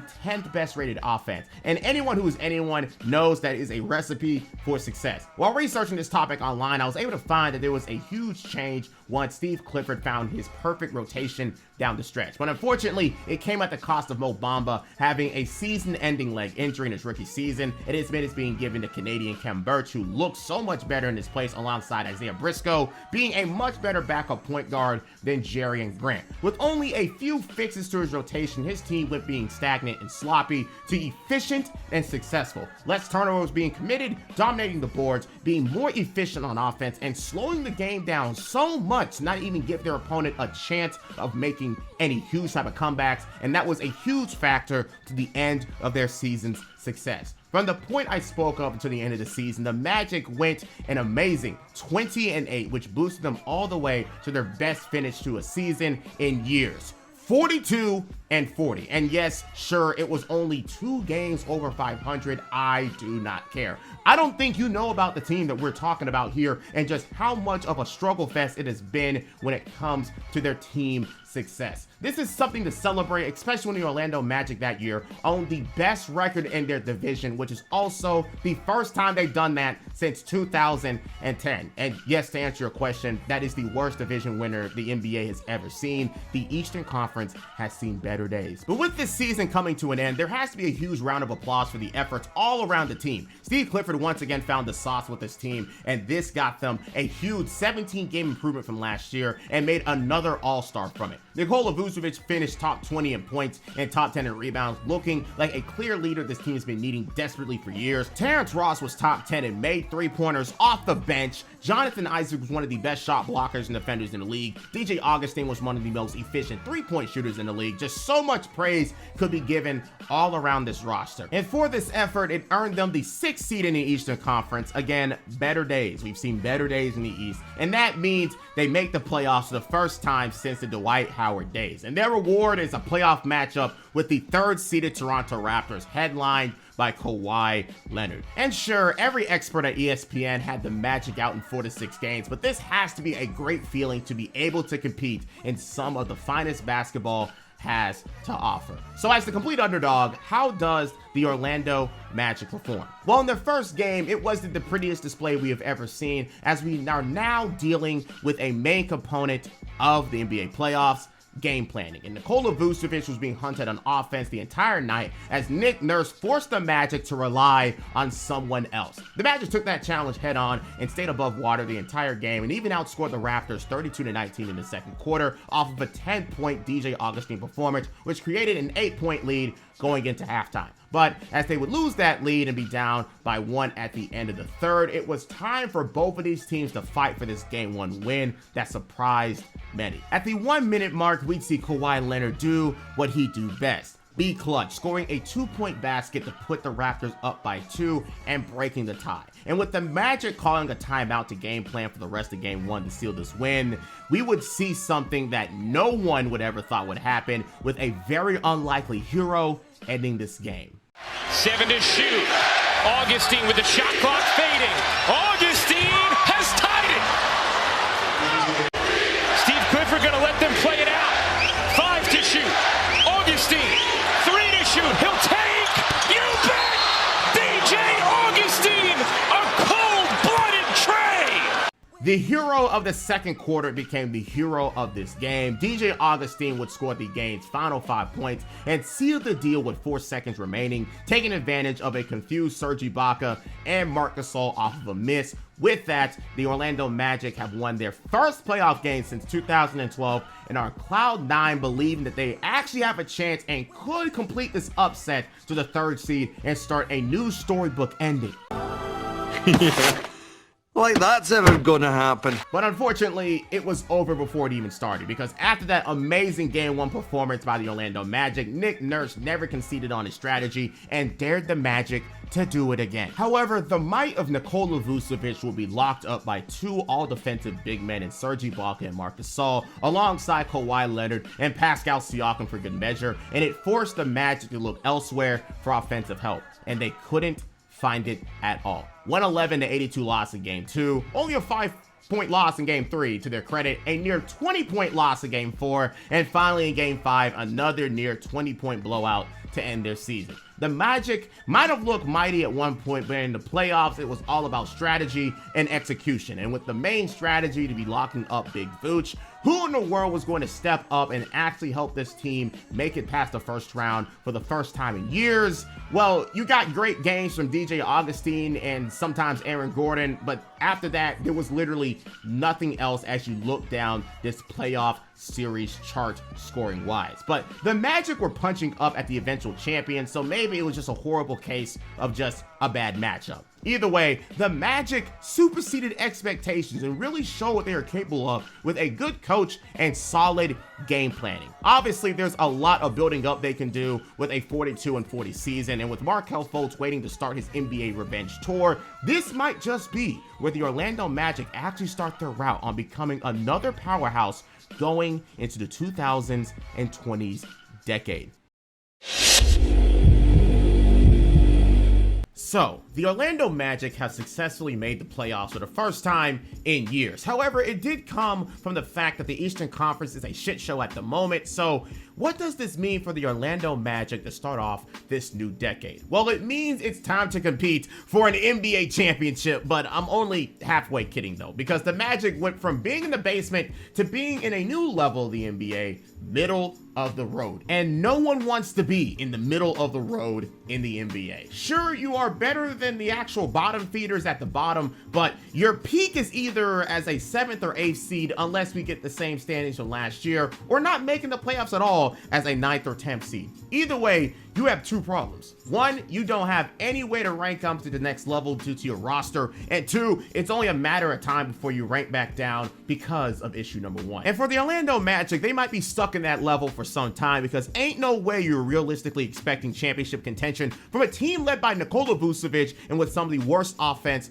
in the NBA. It took a Herculean effort to even be 500 this year. So now you might never know. Last season might have just been a fluke and just a strike at luck at that. But I guess we'll have to see what the Magic are made of going into next season. And for once, I don't really have to cover the NBA draft because they don't have a lottery pick, but as someone who is big in the college draft process, having the 16th pick in the 2019 class was basically a throwaway. We all knew that class was underwhelming outside of the top 3, but the Magic once again went in an interesting direction during the draft and picked up Chuma Okeke from Auburn with the 16th pick. In a normal circumstance, I wouldn't have much to say about this, but due to the fact that I, Alvini Linguini, am born and raised in Alabama, no, I do not have relations with my sister or cousins, and watch plenty of SEC basketball, I knew immediately it was a horrible pickup. And at the time of me recording this video, I was doing my research on why John Hammond made this pick in the first place, and I've come to the realization that John Hammond is the equivalent of the NFL GMs that draft off of a 40-yard dash, but in his case, it's vitals. He seriously loves his long athletes that can play multiple positions in the NBA, and Chuma Okeke, despite his torn ACL and very much hot and cold play in college, was the newest addition to his collection. And I know he's only 6'6", but his 7-foot wingspan is the number to take note here. So welcome to the team, Chuma,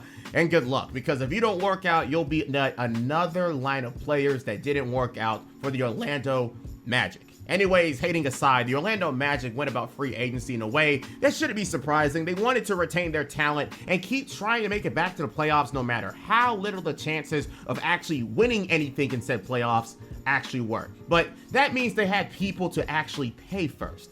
And the first one on the line is Nikola Vucevic, who will be paid handsomely for his efforts in a contract year and becoming the first Magic All-Star in a long time with a beefy 4-year and $100 million contract. Not paid in the terms of a super duper star, but definitely as a cornerstone of a team and could be tradable if needed. Super team friendly deal if he keeps up the same production, but the next person in line would be Terrence Ross, the 6th man of the team, and I have to say it again, the final string of the Victor Oladipo and Domantas Sabonis trade. He get a nice 4-year, $54 million deal, which is perfect for what he does in another tradable contract. And finally, a new face in Al-Farouq Aminu for 3 years and $29 million at bench depth. Obviously nothing game-breaking, but again, John Hammond likes length and athletes, and Aminu just adds onto that report that I read online for even more confirmation. But a quiet offseason complete and Markelle Fultz not ready for action. Will the Orlando Magic be able to repeat the same process as last year?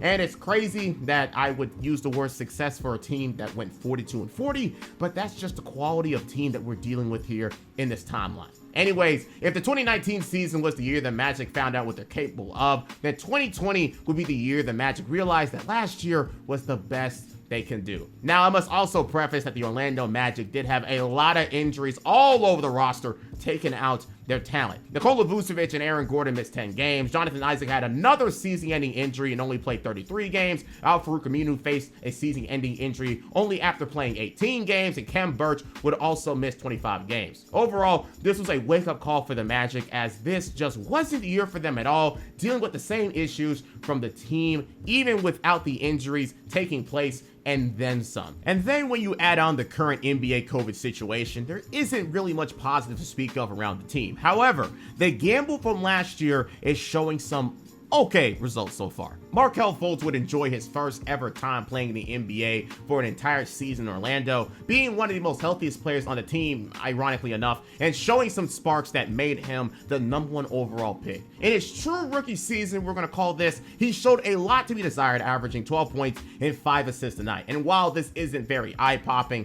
we do have to understand he isn't the main guy on the team, and a lot of this is being done in limited opportunities. But he is still a great finisher, like he was propped up to be, and a great playmaker in his role. But one lingering problem that will be following him forever is his lack of a three-point shot, only taking 2 a night at a 26% clip. So that tells a lot of people what they needed to see. Markelle Fultz is hiding his jumper in the modern NBA, where everyone needs to be able to shoot at one point. He's going to have to figure that out sooner rather than later, and it's sad seeing where he used to be in college compared to now, but the Magic traded for him to work his way back up, so hopefully the shooting thing will just work itself out maybe. His confidence really took a hit after all of the injury BS that he went through in his days as a 76er. But for the others on the team, it was mostly the same old, same old. Some players dropped like Aaron Gordon and others rise a little bit like Evan Fournier. But just like last year, the Orlando Magic were again a great defensive force, but on offense, it was near the bottom in terms of quality, proving more and more that the end of the season surge last year might have just been a tiny bit of a fluke. But again, benefit of the doubt, the 2020 season was a weird time. The last person I want to highlight is their draft pick last year, Mo Bamba, who is having a hard time finding his place on this team or even in a rotation. The stuff that scouts mention weakness-wise are starting to show more and more when he plays, and Steve Clifford is keeping him on a tight leash due to that. In his sophomore year, he only played 15 minutes a game, and if you're a Magic fan, you could easily tell he just doesn't look like he belonged at times. Despite playing only half the minutes of Nikola Vucevic, he committed only 10 less shooting fouls. He did try to block everything that moves, Hassan Whiteside style, and Steve Clifford would have to give him some tough love due to it. If this was a coach who was tasked with trying to make him better and tank, he would absolutely feel his way out and try to make the most out of it. But with Steve Clifford, he was going to have to earn his keep. And despite all of the negative stuff I was speaking about, the Orlando Magic found themselves in the playoffs once again with the bubble as the 8th seed with a record of 33-40. The COVID years were some very weird times. I'm just going to keep it like that. But they did earn their spot as the 8th seed, and they would have to get another taste of the playoffs, something that I guess they'll take, but this time against the MVP of the league, Giannis Antetokounmpo. And it won't be easy, but can they somehow dethrone the king of the NBA that year, despite their more than unlucky season? Well, game 1 starts off with a masterclass from Nikola Vucevic, this time not being targeted by the Bucks and being free to do what he wants. And with a 35-point and 14-rebound performance, he would actually earn the Magic another game 1 win against a superior opponent, winning 122-110 and owning the lead for all but 3 minutes in the game. But now, this time in the playoffs, the strategy was opposite from the other team. Now Nikola Vucevic was the one who was able to do what he wants, but the only caveat is he has to be the one that beats him by himself, while the top-tier defensive team in the Bucks were tasked with neutralizing everyone else. Despite another 34 performance, the Bucks would steamroll the Magic 119-96 as the Magic had nothing going for them as Giannis scored 28 points and grabbed 20 boards. Game 3 was more the same, 19 turnovers from the Magic that turned into another blowout, 121-107. Game 4 see Vooch score for 32, but the Bucks were still too much to handle as the Magic lost 121-106. And finally, once again, the Magic would lose Game 4 and lost 118-104. And it was the same story as last year. The Magic just didn't have enough offense to keep up, and when their defense fails, it's not like their offense is immediately just going to click like that. And that will forever be the story of this team in the playoffs these last 2 years. A lot of talent and ability on defense, but not enough on offense for it to mean a single thing. And the Bucks had to show that to the Magic once again, even though it was an under 500 team in the playoffs, so what are they even doing there anyways? But the Magic now have to come to reality. This team isn't enough to compete with the Eastern Conference dominated by Giannis, Joel Embiid, the Miami Heat, and the developing Boston Celtics. All of them except the Heat have one thing in common: a homegrown star, something they haven't been able to hit in the draft once this entire video. So as the curtains close on this season, the GM group of the Orlando Magic have a lot of work to do on the blackboard to try and make something happen finally. Moves have to be made, sacrifices must be done, and perhaps trying to contend with a middling roster wasn't the best way to go about this. So what does this mean for the Orlando Magic? Well, Magic fans unfortunately know what this means and what has to be done once again.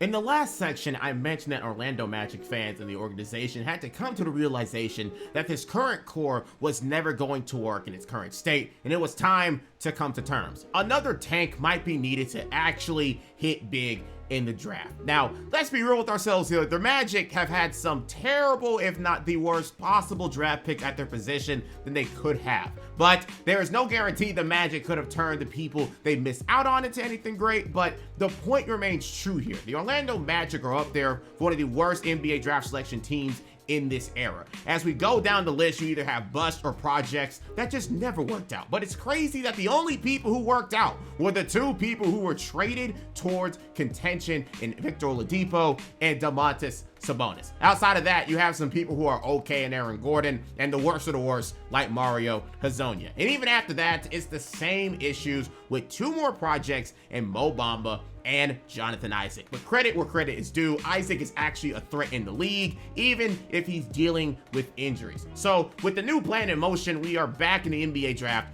once again, this time with the 15th pick in the 2020 NBA class. Now, I can't criticize their picks this late into the first round because all the top guys are already picked up. So now it just comes down to what the Magic wants to play here in the NBA draft as a game, because there are no projects for them to really bank on unless you're one of the many Aleksej Pokusevski fans out there. But for the 15th pick of the 2020 NBA draft, the Magic finally break their usual curse and pick up a different type of prospect.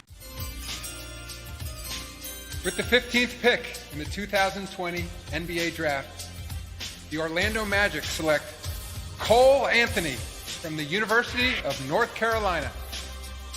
Cole Anthony, third-ranked player in the 2019 high school class, son of NBA guard Greg Anthony, and played for one of the best collegiate programs in history in North Carolina. So with all of that, how does he fall all the way down to the 15th pick in Orlando? Well, his freshman year in Chapel Hill kind of exposed a lot of bad habits that wouldn't be the best at the next level, whether it was his lack of efficient scoring, his turnover issues, or his shot selection. Now, he's very much talented and people have the benefit of the doubt for him, considering that North Carolina as a team was nowhere where it used to be, going 14-19 that year, and Cole Anthony was the only NBA player on that roster. So this pick again has a lot of upside and was praised from all over if they can work out the kinks in this game, because considering the players they drafted in the last few years, this project will somewhat be a lot easier than the others. And once again, just have to mention it for the plot, the pick that the Orlando Magic used to own that was traded from them to the OKC Thunder so many years ago is now in Philadelphia's hands, and they used it on Tyrese Maxey from Kentucky. But I promise that'll be the last time I ever mention that trade. It just shows how crazy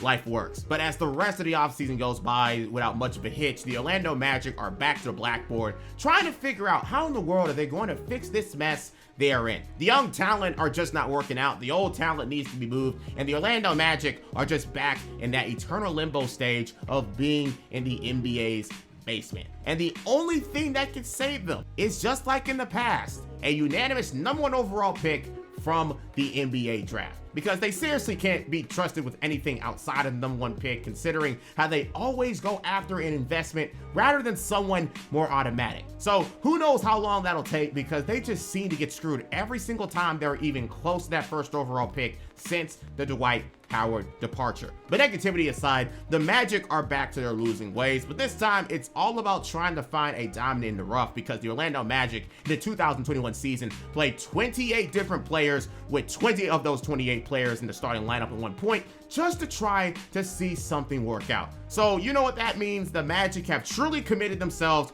to the tank, and what a time to do it with the 2021 class headlined by monsters like Cade Cunningham, Jalen Green, Scotty Barnes, and Evan Mobley. With a top 3 class like that, you can seriously find your next franchise player if you're within the top 5. But that also means they have to guarantee their chances by losing, which means it's time for the GM group of the Magic to cook up some heat. Despite their attempts of losing, though, once again, we see the likes of Nikola Vucevic do his best solo act, being one of the few positives on the team, averaging a monstrous 24 points a game, blowing out his last career high out of the water, and legit looking like one of the best bigs in the league. Obviously not top 5 status, but he's definitely the only reason the Magic are seeing any type of W's. And by W's, I mean a 14-29 record by the March 23rd mark. But what this also means is that Nikola Vucevic is playing his way out of Orlando, but in a good way, because he is very much for sale. And with his team-friendly contract I mentioned a few seasons ago that he signed to,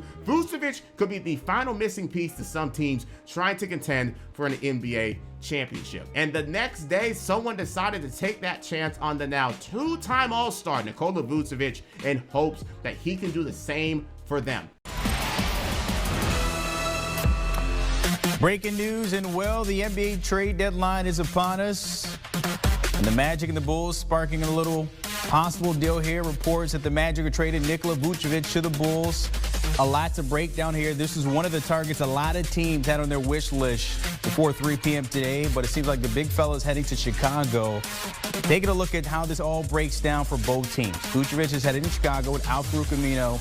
The Magic are getting Wendell Carter Jr., a guy they drafted not too long ago, and Otto Porter, along with 2 first-round picks in 2021, a top 4 protected pick, and in 2023, another first round as well. So it looks like Chicago getting the big fella to add to their team there, while the Magic look to rebuild now with no longer Vucevic in the fold there. March 24th, 2021, the Orlando Magic made the move of a lifetime. If you watch my Bulls timeline video, which you should, or else, the Bulls were in a transition period and really trying to get back in contention with Zach LaVine at the helm. But he needed a partner, and their younger roster wasn't helping. So the Bulls saw the opportunity to get the rising Vucevic from the Magic, but to get back to the Magic's perspective, they took away a haul for the 30-year-old Vucevic. In return, they get Wendell Carter Jr., someone who hasn't had the best luck with his injury history, but that means more L's, so it works. Otto Porter Jr., and 2 first-round picks, but not just any first-round picks.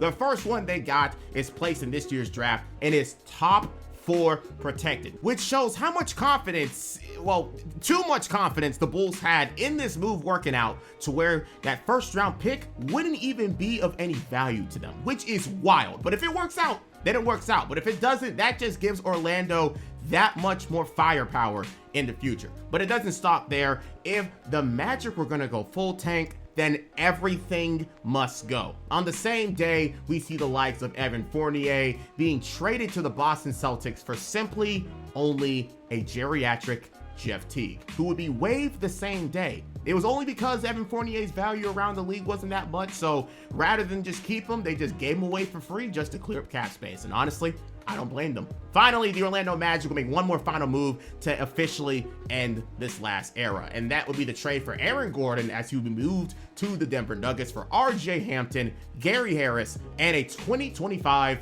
first-round pick. Obviously, the Denver Nuggets valued Gordon so much of what he could do in their system, and the Magic was paid as such with a young guard with potential in Hampton, a serviceable guard in Harris, and finally, a free late first-round pick. With that, the early 2010s Magic era is now over, as every single person from that team, in the franchise, in the GM spot as a coach is now off the table. Victor, Alfred, Tobias, Nikola, Aaron, and Evan. Once thought to be a pretty good young lineup with potential for so much more, is all spread around the league and are all in different roads in their career, some way better than others. So now that really shows the Magic were ready for something new, and that change was coming. But around the team, there were still things to look out for. First, Jonathan Isaac would miss the entire NBA season due to his ACL injury tear, which only creates more issues down the line as he was having complications with his rehab. Markelle Fultz would only last 8 games before going down with his own ACL tear and would keep him out for the entire year. Mo Bamba once again be limited in his 3rd year in the NBA by Steve Clifford, which raised a lot more alarms to people. And in the rookie season of Cole Anthony, he'd suffer through the same growing pains he went through in college, looking as inefficient as he did with North Carolina. But at least for him, he's a rookie, so that's just going to happen to everybody. But guess what? The Magic fans and the Magic organization were all fine with this, because in the upcoming class of prospects, the Magic were in prime time position to take on a young player who can take them out of the basement of the NBA in a few years. All this pain, disappointment, and losing will be worth it once they get their 3rd generational #1 overall pick. But due to the impact that Nikola provided before he was traded, the Magic were only able to pull off a record of 21-51, which is horrible. Do not get me wrong, but it's crazy to say that they got outdone in the losing department by the 20-52 Pistons, and even worse, the 17-55 Rockets. But that's cool. It's cool. The Magic are still quite ready to either move up to get Cade in the lottery or stay and receive either defensive powerhouse Evan Mobley or the scoring phenom Jalen Green, but that was until The 5th pick will be made by the Orlando Magic.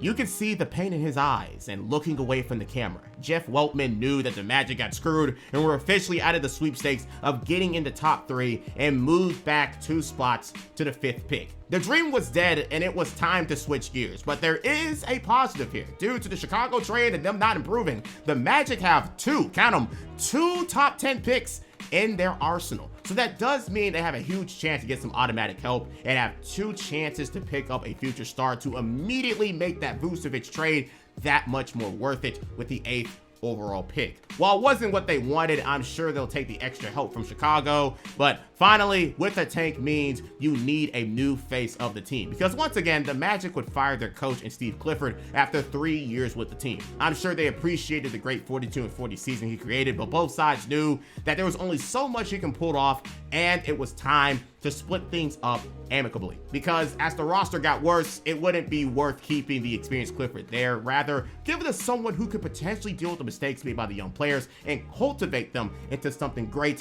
despite all the losing everywhere, which I'm sure someone like Mo Bamba was relieved by, as next year could be a big year for him. So with this year over, there is a lot, and I mean a lot, to look forward to. Another coach to come in and lead the rebuild to new heights, 2 top 10 picks who could potentially be great, and again, this is officially a new start to another Magic era, the 3rd in this video, unfortunately. And eventually, we will see who will lead this new era if the Magic can finally get lucky and pick up a true prize in the NBA draft. With a new era of the Orlando Magic on the horizon, things are immediately on the rise as the Orlando Magic have 2 top 10 first-round picks. There are not many times where a team can be blessed with the opportunity to have 2 players from the upcoming draft class start up a rebuild, and I know this entire video has been based on their rebuild, but the peaks of the Magic so far was a 35-win season and 2 first-round playoff exits with barely any way to improve. But now at least the Magic can make things work with a new young core. But we all know they really are looking for that player who can lead them to the promised land. But first, they need a coach who can possibly do the exact same thing and not mind managing a rebuild full of players who are raw and are figuring things out. Not a lot of coaches are willing to do that or even good at managing those type of situations, so the split from Steve Clifford was necessary. And it didn't take long for the Magic to make the decision though, as the man they hired was a former associate of current GM Jeff Weltman, and his name is Jamal Mosley. 16 years ago, Jeff Weltman was a part of the Denver Nuggets as an assistant GM, and Jamal was hired on as a development coach way back when. 16 years later, Weltman never forget about his impact on the team he cultivated, and it turned into him getting this job to now lead a team as their head coach. And like I mentioned earlier, this project was all about cultivating talent and dealing with all the growing pains for the potential to do greater. And Mosley put it all simply as this in a quote saying, "We just have to work on getting better. I think we just have to continue to grow and build and keep these guys at a level that they just want to keep coming in every single day to get better and better. I think that's the most important part, what this journey is going to look like." So with these two coming together and understanding the assignment, there is a real potential for what Mosley can cultivate into a great team. But he needs to be given talent, and at the current moment, I hate to say it, there isn't really a lot to look forward to. So with that, let's travel to the NBA draft. The Magic were supposed to have the 3rd pick, but got screwed, and now have the 5th pick. Luckily, they also have the 8th. Shout out to the Bulls, but we can't act like you can't get great talent within the top 10. It's just that throughout this timeline, the Magic have been great at choosing who to draft. And with the big 3 taken away from the Magic and Scotty Barnes being taken by Toronto, the Magic are back in their war room deciding who to trust at the 5th spot. And there are plenty of great prospects to choose from, but who do the Magic decide is worthy with the 5th overall pick? With the 5th pick in the 2021 NBA Draft, the Orlando Magic select Jalen Suggs from Gonzaga University.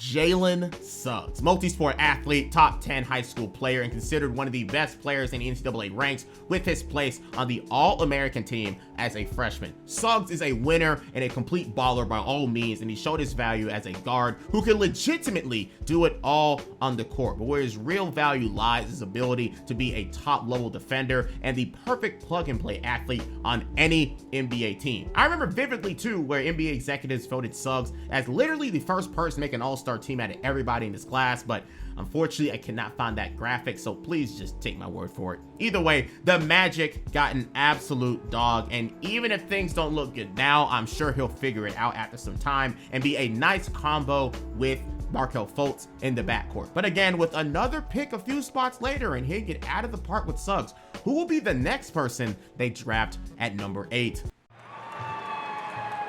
With the 8th pick in the 2021 NBA Draft, the Orlando Magic select Franz Wagner from Berlin, Germany, and the University of Michigan. Franz Wagner, a surprise to some and a bad pick to others depending who you speak to, but Franz Wagner at Michigan played against some of the best competition the NCAA has to offer and was a complete standout. As a 2-year starter, he showed a lot to be desired as an all-around forward, just like Suggs was as an all-around guard. But finally, we see the Magic pick up on prospects who actually have skills ready to be used in the NBA that can grow further, rather than players who are going to need a lot of help to reach their full potential. And as we all know, the definition of insanity is doing the same thing over and over again and expecting different results. And viewer of this video, I'm happy to say the Orlando Magic GM group is no longer insane. Amazing draft from the Orlando Magic, and there's a lot to look forward to here as this next generation of the Orlando Magic is looking very bright for the first time in a long time. But as the summer continues with not much to speak of, the Magic can now start their 2nd season of this tank. It ain't tank for Cade anymore. Now their sights are set on the 2022 NBA draft with the likes of Chet Holmgren, Paolo Banchero, or Jabari Smith Jr. But they need a lot of L's to be able to guarantee their spot in the top 3, but at least with Magic fans knowing the goal of this season, they can enjoy seeing the growth of their young squad in Jamal Mosley's first season. And with that being said, let's be real here. There wasn't a lot of wins for this young squad. This was a glorified G League team trying to find diamonds in the rough to see who will be a part of their future. So before we get into the positives and who actually stood out, let's clear the negatives first. First, the Markelle Fultz experience is not working out at all. Out of the 3 seasons so far in Orlando, he is proving some of the haters right, as he's only had 1 healthy season out of the 5 he's been in the NBA so far. And even with that 1 season, he did show flashes, but with his contract year coming soon, he might be finding himself to be a bust in the eyes of many, in a case study for one of the weirdest NBA careers in history. Next is the 5th overall pick of this last draft, and Jalen Suggs, who isn't playing the best and suffered a few injuries in his rookie year. But it's his rookie year, I can't rag on him too much. Everyone starts from somewhere, and going from the NCAA to the NBA is a huge jump, especially, and I mean this seriously, because a lot of people get this confused, especially as a guard. But within his rookie year, he has a lot of work to do offensively, but it's literally coming down to his 3-point shot being one of the worst in the NBA, shooting 4 a game and making them at a 21% clip. Yes, you heard that right.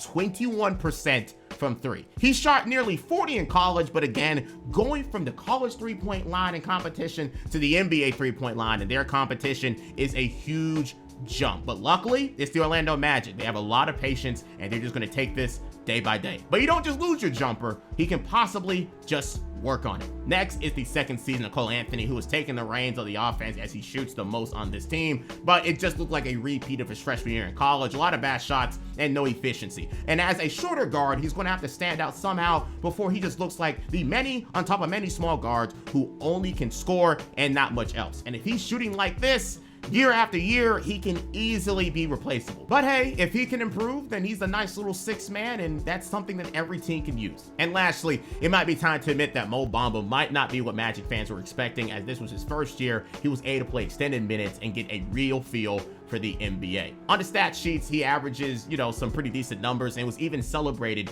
being a top 5 shot blocker in the league that season with 119 blocked shots. But outside of, being a decent 3-point shooter, Bamba as a player was kind of one-dimensional. But I don't want to act like I know everything about every player. All I heard that year is that Bamba was a failed experiment and yet another L from the draft from the Magic. But don't take it from me. While researching this topic, I found a very insightful Reddit thread about Mo Bamba where people perfectly put together all the problems that Mo Bamba had in the NBA as their perspectives as Magic fans. You have things like his biggest detriment is his functional strength and physicality. He gets pushed around real easily and shields away from contact, which showed defensively and offensively. Between his lapses on defense not being physical, he didn't provide much value there unless he was blocking someone's shot. And there were other comments talking about his mental side of the game, like, you've already heard it, but his motor is just not there. Would run from 3-point line to 3-point line for possessions at a time. Not much basketball IQ. I can count on one hand the amount of times I said nice pass or nice moves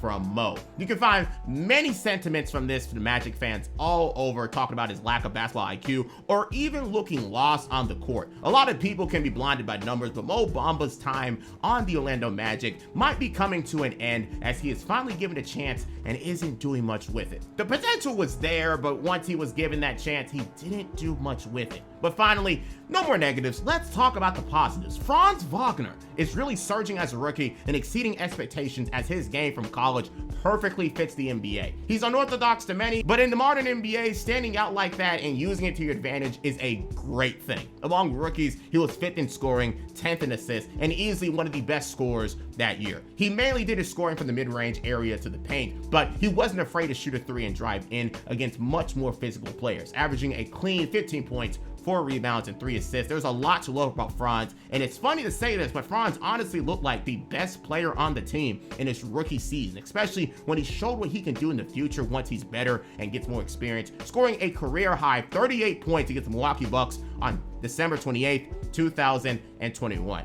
In that game, he only missed 8 shots out of 20, making all 4 of his threes and all 10 of his free throws, and this was against one of the best defenses in the NBA. 20 shots tonight isn't something that he's going to get on this team in his current place, but once there is a clear pecking order, stuff like this will become more commonplace and will come with a lot more W's, which is something I'm sure many people like, as he's easily going to be a cornerstone in this new era of Orlando Magic basketball, which something Magic fans have been waiting for years. And next, you have the likes of Wendell Carter Jr. showing huge strides in his first full year in Orlando, playing power forward with Mo Bamba, the position he preferred playing. He was a versatile player, as people marketed him to be, as an offensive and defensive product, averaging a nice double-double a night with 3 assists, shows a lot of potential as a glue guy on a team who can make a lot of impact without needing to score a lot of points. And as a 6'10" power forward with a lot of length, Wendell can finally call Orlando home if he keeps his health in check and keeps making more strides in this game. Now, unfortunately for me at least, that's where the positives end, and honestly, that is fine. We talked about the misses in the draft not working out, and even the likes of Markelle Fultz receiving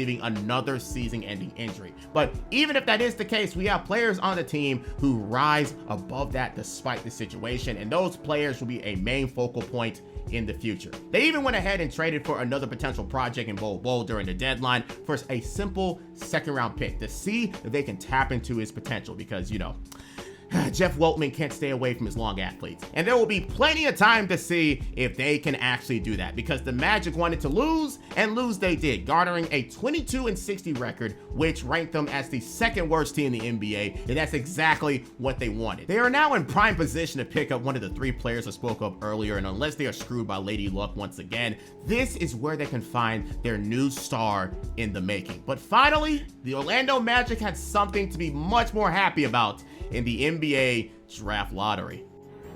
The 3rd pick goes to the Houston Rockets. The 2nd pick will be made by the Oklahoma City Thunder, and that means that the 1st pick in the 2022 NBA draft goes to the Orlando Magic. I'm sure the Magic were originally going to be satisfied with the 2nd overall pick, but this time they finally got the stroke of luck they've been looking for, jumping the Houston Rockets for the 1st pick in the NBA draft. So now the Orlando Magic gets first dibs on a great prospect in this class, the #1 overall pick. But again, this person they pick will be the person who leads them to prosperity, hopefully. And with no clear order, with all 3 of them being absolute studs in college, the Orlando Magic have a lot of work to do to try and figure out who deserved this pick. This season may have been a failure in the record books, but this is possibly the most successful we've seen the Magic in a long time. But it is up to the GM group to make the right choice that'll set them up for many years to come in the 2022 NBA draft. The most important day in Orlando Magic history since the drafting of Dwight Howard in 2004 is among us. We've gone through a decade and some change of the Orlando Magic trying to find the diamond in the rough on top of diamond in the rough on top of diamond in the rough, instead of going for an automatic safe pick year after year and getting burned every single time. But finally, we can say the Orlando Magic are now going in the right direction after their last draft in 2021, picking the likes of Jalen Suggs and Franz Wagner. And in a stroke of luck and maybe reward for not picking up another future bust, they get the #1 overall pick in the 2022 NBA class. Now they have their chance to get the cream of the crop between Duke's Paolo Banchero, Auburn's Jabari Smith Jr., and Gonzaga's Chet Holmgren. Each of them with their own strengths and weaknesses, but all of them having potential to be the top dog in their class and are considered to be the top 3 unanimously. However, no one has any clue who's going to get picked first, as there is no clear #1 like in some classes who considered to be generational or just the most talented option. Instead, you have the choice of the interior demon Banchero, the shot blocking unicorn Holmgren, or the tall shot creating specimen Smith Jr. And with the Magic needing a little bit of everything, any of them could have been picked up. Many draft experts made their mock selections, but it was up to the Magic to decide who would possibly be their next savior of the franchise and the man who will be the face of the team. And that person would be... With the 1st pick in the 2022 NBA draft, the Orlando Magic select Paolo Banchero from Duke University.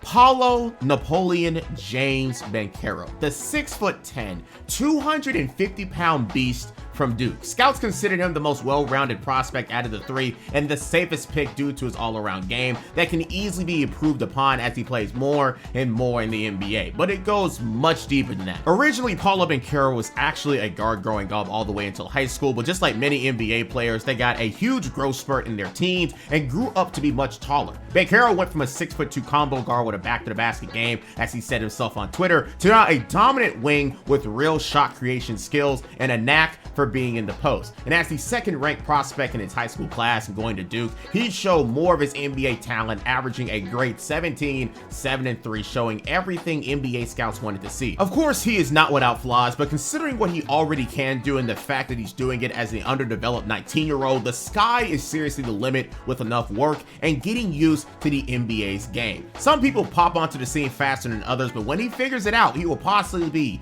the best player in this draft class. A complete home run pick, and the Magic fans all over can finally enjoy the fruits of their labor in their new face of the franchise. Of course, you don't know what he's made of yet, but again, he is considered to be the way safer pickup compared to the other two. So at least Magic fans can be happy that another unicorn didn't get drafted, considering how much we know Weltman loves those types, with both players behind him getting those type of nods from the media. But for Paolo, he is quite literally a near perfect mold of what you wanted from a modern day forward to be in the NBA. So finally, the Magic gets their guy. So what now? Because the Magic still have a long way to go into prosperity. It's not like Paolo can do it all on his own. It is time for the Magic to invest and just see how things go on from this point on. Because the rest of the summer would be quiet for the Orlando Magic, and there wouldn't be any major pickups to continue this new era. But the Magic would continue their journey into finding out if their project players are worth keeping. On July 7th,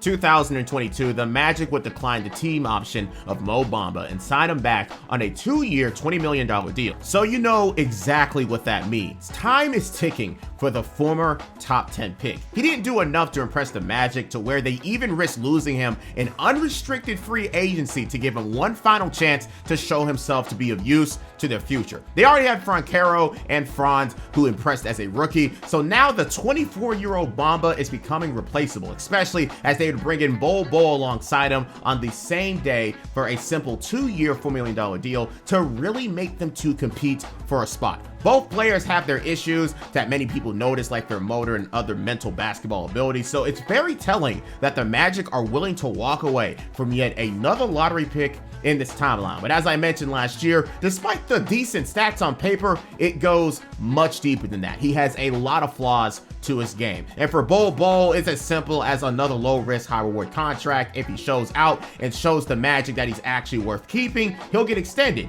If not, well, he was only traded for a second-round pick for a reason, and he'll just be kicked to the curb for another team to pick up. The rise of the Orlando Magic is on the horizon, and any people who fall behind will be moved as they start their new journey back into the NBA's limelight. But it's crazy to say this off the jump though, but Paolo Banchero in his first game of his NBA career would already stamp his name into the NBA's world. To follow, no good. Rebound, Wagner. Pitches it ahead to Banchero. Banchero gonna take it, fly over the top of Joseph, and draw the foul. Put that on your highlight reel, young fella. Oh, young fella. Paolo Banchero in his first game of his NBA career against the Detroit Pistons would already cement his name in NBA history. With a 27.9 rebound and 5 assist game, he became the first rookie since LeBron James to put up that type of stat line in their NBA debut. He was already NBA ready before he even stepped on an NBA court. But if you think that was just a fluke, because again, it's the Detroit Pistons, I can imagine why you'd say that, you'd be dead wrong. Because he'd go on and create 5 more 20-point or more games in each of his first 5 games and showed more and more to people why he was very much deserving of that #1 overall pick. He'd even get his first 30-point game and career high at the time, 33 points, in his 10th game ever against the Sacramento Kings, showing that he was absolutely legit. However though, as he was creating all this success, the team wasn't doing much beside him, as the Magic started off 5-20 in the 2023 season. But it wasn't like it was a step in the wrong direction. The team had their leader in Banchero, but even if he was having his rookie troubles learning how to play in the league, especially with some of the worst spacing in the NBA as a mainly inside scorer. But after that 5-20 start, the Orlando Magic flipped some type of switch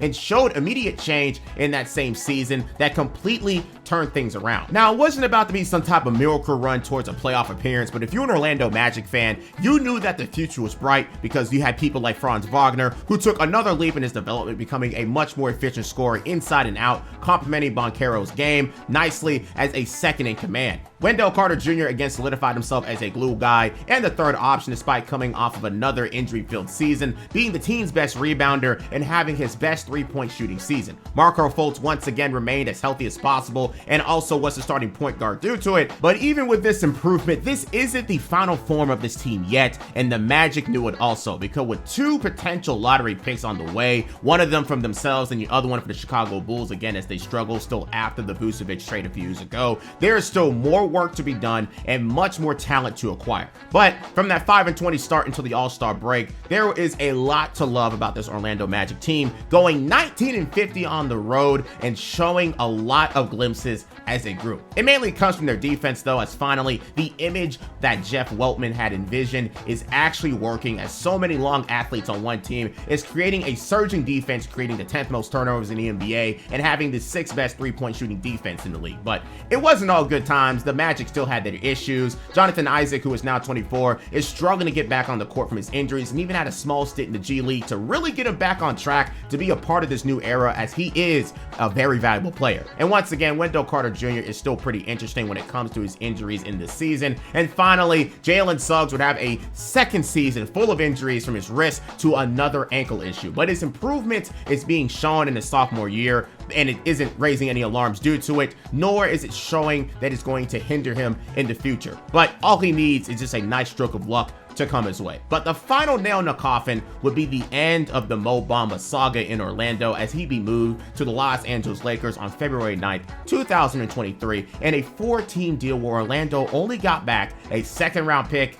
and Patrick Beverley, who will be waived the next day alongside Terrence Ross to open up room for a roster spot and to let him go to a contender. But for Mo Bamba in particular, in the 2023 season, it was another year that had the same exact results. Decent stats on paper, but it wasn't enough to make the Magic confident that he'd be worth keeping, especially as Bol showed a lot more in his minutes, even if it wasn't very impactful. But he for sure had a lot of unicorn moments that people loved from him early on in the season, but this once again marks another draft L for the Orlando Magic, who went for potential rather than safety or a clear fit on the team. Maybe things could have been different if you had a coach like Jamal Mosley in his first 3 years instead of Steve Clifford, who gave him the old school style of things, but who knows? Even when given a challenge, it was not enough, and he still struggles to find a home to this very day. But hey, I at least hope he's decent as a Clippers player in limited minutes, because there are plenty of names I would rather have over him. But getting back on topic, the Magic after the All-Star break, despite hovering around a 500 record after the point, were showing flashes of a playoff team. If it wasn't for their horrible start in the beginning of the season, the Magic could have either been a 10th or a 9th seed fighting for a playoff spot with a play-in format, and would have been one of the best stories that year.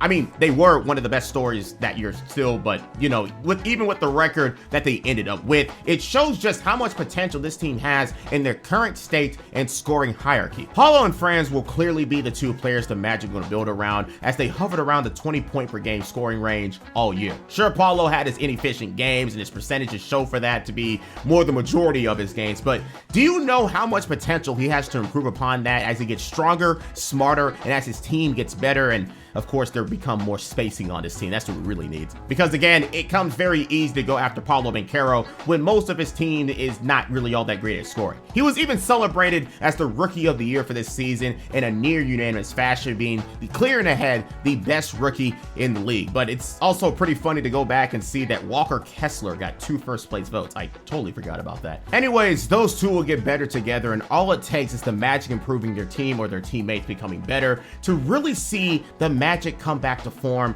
like in years past. As you look down the line, you'll see people playing more in their role, and it will create a lot more impact in the future too. Cole Anthony has adjusted to his 6-man role behind Jalen Suggs, Markelle Fultz. Wendell Carter Jr. has been thrusted to becoming the center full-time to help give space to Paolo, even if he wants to be the power forward, but sacrifices had to be made for the betterment of the team. Jalen Suggs is also adjusting more and more into a 3-and-D role and shown major improvements as his 3-point shot compared to his rookie season has gotten way better. And they even found value in veteran Gary Harris as a 3-and-D threat, and in Mo Wagner, the brother of Franz, in a backup center role. The foundation is there, and the Magic simply either have to see some type of improvement or have to find more cohesion in their current group to see more results. And with their 34-48 record, they can't be upset in the slightest with a 12-game increase from the year before, headlined by their #1 overall pick. The sky's the limit, and with 2 more lottery picks in tow, this might be possibly the start of the best era in Orlando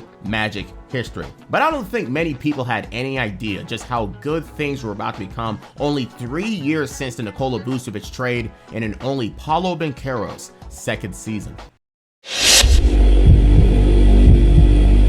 So, the Orlando Magic now have their future completely intact. Paolo Banchero has shown that he will be everything and more the Orlando Magic want in a player after a historic rookie season, with plenty of upside to improve in all facets of the game. Franz Wagner, coming into his 3rd season, is easily a nice second option to Banchero and synergizes with him well as a sidekick. And even though there aren't too many hits on the team itself, when the time comes, moves can be made and they can potentially sign people to join this future bandwagon. The likes of people like Wendell Carter Jr., Cole Anthony, and Jalen Suggs are safe and already have roles on the team. But for everybody else, big changes will happen eventually, even for people you may never even expect. But for the Orlando Magic, they have 2 lottery picks that'll help them big time in their development. And just like last time, they are taking advantage of a falling off Chicago Bulls team with their pick at 11 and of course their own at number 6. However, the 2023 NBA draft class isn't as highly praised as the last couple of years that we've seen. It's not as weak by any means, but to most experts, it's just looking to be kind of below average. Nothing wrong with that, but if you want to make things work out for you, you're just going to have to do your homework first as a GM and as a drafting group. So just who were the Orlando Magic looking at to be a potential part of this upstart young team with 2 primetime lottery picks? The Magic will go about working out people like Cam Whitmore from Villanova, Grady, I don't want to say his last name, you know who he is, Anthony Black from Arkansas, Derek Lively from Duke, Jet Howard from Michigan, Jarace Walker from Houston, and Taylor Hendricks from UCF. So it was pretty obvious. They were mainly looking at guards or forwards. Maybe they pick one of each or 2 of the same, but we're just going to have to wait and see what in the world the Orlando Magic were trying to cook with 2 lottery picks. Going into the 2023 NBA draft and after the top 5 picks were selected, none of them being the players I spoke of before, who in the world was going to be picked at number 6 to be the person they absolutely wanted the most? With the 6th pick in the 2023 NBA Draft, the Orlando Magic select Anthony Black from the University of Arkansas. With the 6th pick of the 2023 NBA Draft, the Orlando Magic draft Click Productions from Arkansas. I mean, Anthony Black, they kind of do look alike. Anyways, Anthony Black was already a top 15 player coming out of his high school class, but becoming the starting point guard at Arkansas and headlining in the SEC really made him an instant top 10 pick. As a 6'7" point guard, super athletic, able to guard multiple positions, and coming out as an all SEC player, Black was an easy pick for Orlando as a player oozing with potential. Now, he isn't a complete product by any means, but the kinks in his game can easily be ironed out with time. He has an okay jump shot, already has enough length and hops to compete athletically, and is a very willing defender. He just has a lot more going for him, but with time, he can really turn those strengths into some of the best in the league and turn his weaknesses into a nice little role on the team and can be a scary point guard for the Orlando Magic in the future. A home run pick once again from Orlando. However, this does mean that pressure is going to be applied to the likes of Cole Anthony and Markelle Fultz especially, who is on a contract year now. 5 picks later though, you'd see 2 of the players I named earlier getting picked up by other teams. So once again, it comes down to a pretty interesting decision for the Orlando Magic to make at number 11.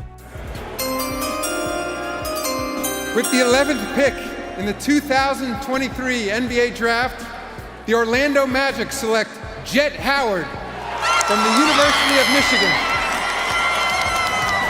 Son of Michigan legend and 2-time NBA champion Juwan Howard, now we have his son Jet Howard. Cut from the same cloth as his father, but Jet is a product of today's times, being a top-tier shooter and showing that at Michigan. As a 6'8" guard himself, he has shown a lot of upside in the NBA as a scorer and a shot creator, but he has a lot of qualities that he has to improve on. But after finishing as an all Big Ten third team member and making the third most threes in the conference, his future was already determined. He was NBA bound for sure. His three-point shooting will easily translate to the NBA, but his body is going to need some work, and his all-around game, especially defensively, needs to improve to even be a quality NBA player. So while he probably won't be used day one, as he gets better and becomes more physically able, he will get his chance to show his worth on this team. But this clears up the NBA draft, the Orlando Magic, and it was another great one for sure. A point guard for the future with huge upside, and a shooter who just needs to become more well-rounded. Both young and both have a lot of time with zero immediate pressure from the franchise. But back in the offseason, we have new developments coming from the Magic. First, we have them waiving Bol for most likely the same reasons that they let Mo Bamba go. It just wasn't going to work out long term, and he didn't show enough to be kept around. And after that, it was all about trying to compete. But due to their current financial situation and lack of open spots mainly, the best they can do was bringing back Mo Wagner on a long-term deal, and now bringing in a 36-year-old Joe Ingles to provide shooting, something the Magic desperately needed. So honestly, the Magic are just content with running it back and just hoping that things will be more established this time around with more clear roles and no real rush to compete in Paolo Banchero's second season. This could have just been another year where the Magic just could have been average, below average, and no one really would have cared, but somehow that wasn't the case. In fact, the Orlando Magic were a huge surprise of the NBA season. Anthony will trigger it in to Banchero. Collins on it. Banchero going to take it strong and lay it up and in to give Orlando the lead. The Rookie of the Year from last year, Paolo Banchero absolutely elevated himself to new heights in his second season and was a damn near one-man wrecking crew for the Magic. After a long offseason full of workouts, more strength training, and even competing on the world stage in the FIBA World Cup for the United States during the summer, all of those experiences turned into the rising second season of Paolo Banchero and the Magic, who were winning from it. And it wasn't just minimal improvement. Try competing for a top 4 spot in the Eastern Conference. With a 14-5 start to the 2024 season, the Orlando Magic were officially a premier team in the East, and it all started from the duo of Paolo Banchero, who improved tenfold from last year, becoming much more ball dominant as a scorer and playmaker, and even improving on his three-point shot. And of course, Franz Wagner flirting with a 20-point per game average himself, while also being a much better inside scorer. His three-point shot did falter though, and it wasn't just a simple slump. He went from 36% last year to a horrible 28%. But it wasn't like he was shooting his team out of games, because his inside the arc game was just that lethal. But all the credit cannot just be given to those two for their amazing start. You have the likes of Jalen Suggs, who's finally having a healthy season and has been totally unleashed on his team. And personally, I was forced to watch him a lot last year due to him being on my fantasy team in the beginning of the season, and you can just tell he was just that much more comfortable on the court and very much had a lot of confidence. And with that confidence, it turned Jalen into now being the best shooter on the team, taking 5 threes a night on a 39% clip and being the best defender on the team, harassing the opposing team's best player. And while some people don't see the impact on defense on the stat sheet, for his sake, it definitely did, being top 10 in both steals and steals per game in the entire NBA. At the 1st of December, the Orlando Magic, after one full month of basketball with their 14-5 start, with a second seed behind the Boston Celtics and were over powerhouses in the conference like the Milwaukee Bucks and the Philadelphia 76ers and other up-and-coming teams like the New York Knicks. But you already know what I have to say at least a billion times on these timeline videos, because the Magic had everything going for them, but unfortunately, all good things must come to an end eventually, because the Orlando Magic will start slipping ever so slightly because their old friend, the injury bug, will start to plague them for the next 2 months. Wendell Carter Jr. will break his left hand on November the 2nd and will be out for a month and will be relegated to the bench for a few games after. Markelle Fultz would suffer from knee tendonitis and wouldn't be back fully healthy until after the new year, and even Gary Harris had his own troubles. But you'd see people like Anthony Black, the second-round pick Caleb Houston, and Goga Batadze get starts for an injury-filled Magic team, and again, they would kind of suffer from it. They eventually recover at their own pace, but credit to where credit is due for the Orlando Magic, they truly never fell off. It was just a bump in the road, but as the Magic would continue their season, they would be feared for one major reason that teams couldn't stand them for, and it was because they were the second-ranked defense in the entire league. The 2024 Orlando Magic had the 5th most steals in the NBA, created 15 turnovers a night, which ranked them 3rd, and had a top 5 3-point shooting defense once again. And with Jonathan Isaac finally being an integral part of the rotation as a big man, the overall vitals of this team, and Jalen Suggs being your best defender, you have the Orlando Magic only allowing 108 points per game, which ranked them 4th. Of course, they still have a lot of work to do on their offense, which was bottom 5 in the NBA, but they are doing something that most teams in their positions can't do, and that's winning games. But I have to say, with a margin of victory of only 2 points, you can only imagine the Orlando Magic had many on top of many close calls. Now 5, now 4, up fake from the baseline, knocks it down with 0.8 of a second left. Of course, we could talk about the many highs of this magical Orlando season. Their 8-game winning streak, a Paolo Banchero 43-point masterclass against the Kings, a 38-point game from Franz against Chicago, and as I showed earlier, the clutchness of Paolo Banchero himself. The great times continue on until the All-Star break, where the Magic held a 30-25 record as they continue to rebuild themselves after their injury bug issue. But as the 7th seed in the NBA and a few more months left in the season, there is plenty of time to climb back slightly in the standings. But once again, we have to stop because the Orlando Magic are now about to send their 7th player ever to the All-Star game, and as you'd imagine, it was Paolo Banchero as a reserve in his 2nd season in the league, joining a very small list of people historically who are able to do that. That recognition right there should be all the validation the front office needed to know that they made the right decision a year ago, drafting their future franchise leader, and he still has much more improving to do. But with the Orlando Magic back with their entire team, the Magic would finish the rest of their season 17-10 and ending the season 47-35. With this record, they earned their best record since the 2011 season, win the Southeastern Division for the 2nd time in this video, and earned the 5th seed of the 2024 Eastern Conference playoffs. The Orlando Magic, according to ESPN, were predicted to be 38-44, and Bleacher Report had them at 37-45. But over the span of this season, the Orlando Magic have exceeded everyone's expectations as we've seen improvement on top of improvement all over the roster, and a true basketball leader being created in Paolo Banchero. But their award for making it to this point and actually looking like a true playoff team for the first time since the Dwight Howard days is a 4 versus 5 playoff series against the Cleveland Cavaliers, who are also one of the best defensive teams in the NBA, so it's a guaranteed slugfest on both sides. Experts couldn't even wrap their mind around this series as the voters at ESPN had a count of 6-9 to the Cavaliers, but they all agreed on one thing. It's either going to 6 or 7 games as both of these teams cancel out each other really good defensively. But the Orlando Magic, unfortunately, do not have the edge on offense because Donovan Mitchell is staring at the team on the other side of the court. So how will the Orlando Magic tackle their first ever playoff series in the Paolo Banchero era? Well, the Orlando Magic came into the playoffs with a new look lineup starting Jonathan Isaac and having Jalen Suggs playing point guard to really focus in on defense and put the Cavaliers in prison. But the opposite happened as the main threat, Donovan Mitchell, went off for 30 points in this first game and won game 1, 97-83. A real man's playoff score, but kidding. The Orlando Magic were behind the entire game, with Paolo Banchero giving up 9 turnovers and Jalen Suggs going 4 of 16 from the field. The Magic have to go back to the drawing board and think of something else. As the playoffs are all about adapting, if they fail and fall behind too far, they can consider this playoff series absolutely cooked. But game 2 was unfortunately the same story. 12 turnovers combined from Paolo and Franz, the team shooting 36% as a team, and once again, the Magic never even being close to being near a lead. The Magic are now down 0-2, and it makes sense. The Magic are touching the playoffs for the first time in this young team's career compared to the Cavaliers who are trying to make up for last year and their meltdown versus the New York Knicks. And trying to not have that happen again. But the obvious problem that everybody could see was that their offense wasn't clicking in the slightest. So is there any way they can even, counteract that? Well, game 3 saw a lineup change. Wendell Carter Jr. came in to do what he does best, provide spacing for Paolo Banchero, and Paolo used it to explode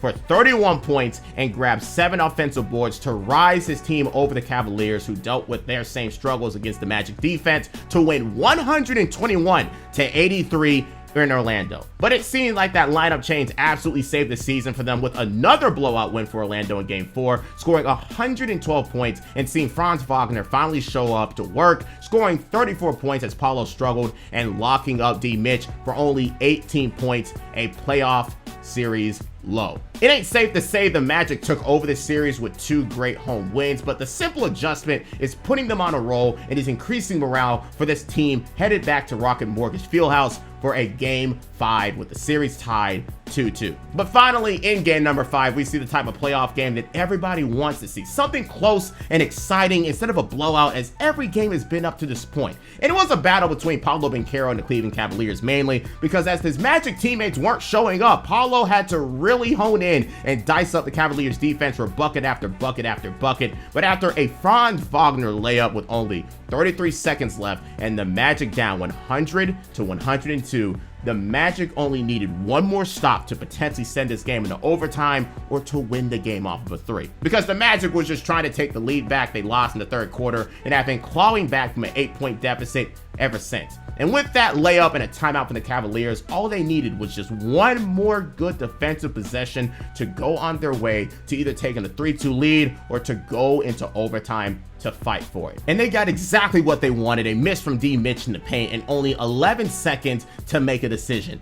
End the game or tie the game. Jamal Mosley didn't call a timeout to allow things to happen naturally, and that was probably the best decision he could make, because Franz Wagner decided to test Evan Mobley once again after scoring on him in the last possession, but this time around, Mobley gets the best of him and blocks him off the backboard. There would still be a chance for this game to be extended if Donovan Mitchell missed a free throw, but as he sinks both, the Magic are now down 4, and the game ends with a 3-2 series lead for the Cavaliers. It's very much heartbreaking, but I can't blame Franz for what he did, beating Mobley off the dribble, but not by enough to avoid Mobley's reported 7'4" wingspan from not touching the ball and blocking the shot. Paolo played his absolute heart out, but unfortunately, due to the rest of his team, it just wasn't enough. But he, Franz Wagner, and Jalen Suggs took advantage of the home court crowd to combine for 75 points to win Game 6, 103-96, and this was all while avoiding a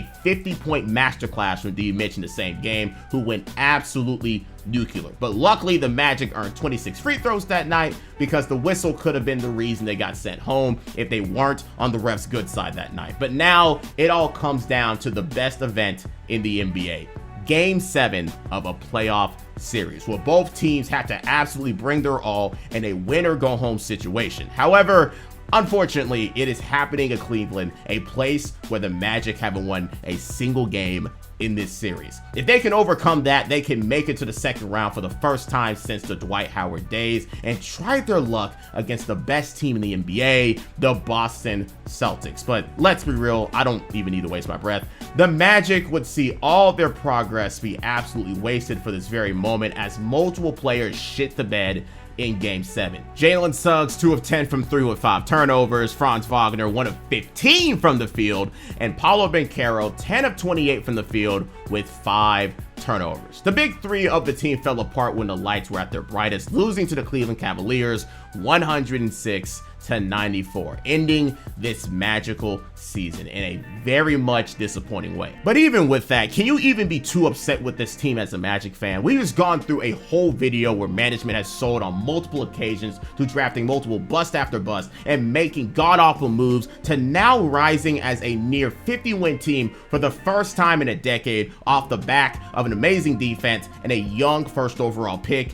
in Paolo Banchero. There is much more room to grow, but if this isn't even their final forms, then the Magic as a team needs to be feared going into the 2025 NBA season. Another off-season of development for Paolo Banchero and Franz Wagner, who is coming for revenge. Jalen Suggs coming off of his second-team all-defense campaign looking to contribute more, and the development of young pieces in Anthony Black and Jet Howard, and so much more. The Magic are looking prime and ready to go after something in the coming years, and they even let go of another investment in Markelle Fultz in exchange for two-time champion Kentavious Caldwell-Pope to help out with the shooting effort and a defensive effort, while also drafting Tristan da Silva, who will become an instant rotational piece going into the season. We may have had fun dogging the Magic for their decisions in the past, but their present and future is looking brighter as the seasons go by, starting from this season. And it will be led by their third overall pick, okay, technically fourth, Chris Webber, but you know what I mean, Paolo Banchero. Each of them have made the finals and ended up losing, but maybe this time around, he will be different and finish the job. But all we have to do is sit back, watch, and enjoy the now surging Orlando Magic. With that being said, tell me what team or player timeline you'd like to see next, your thoughts on this video, and until next time.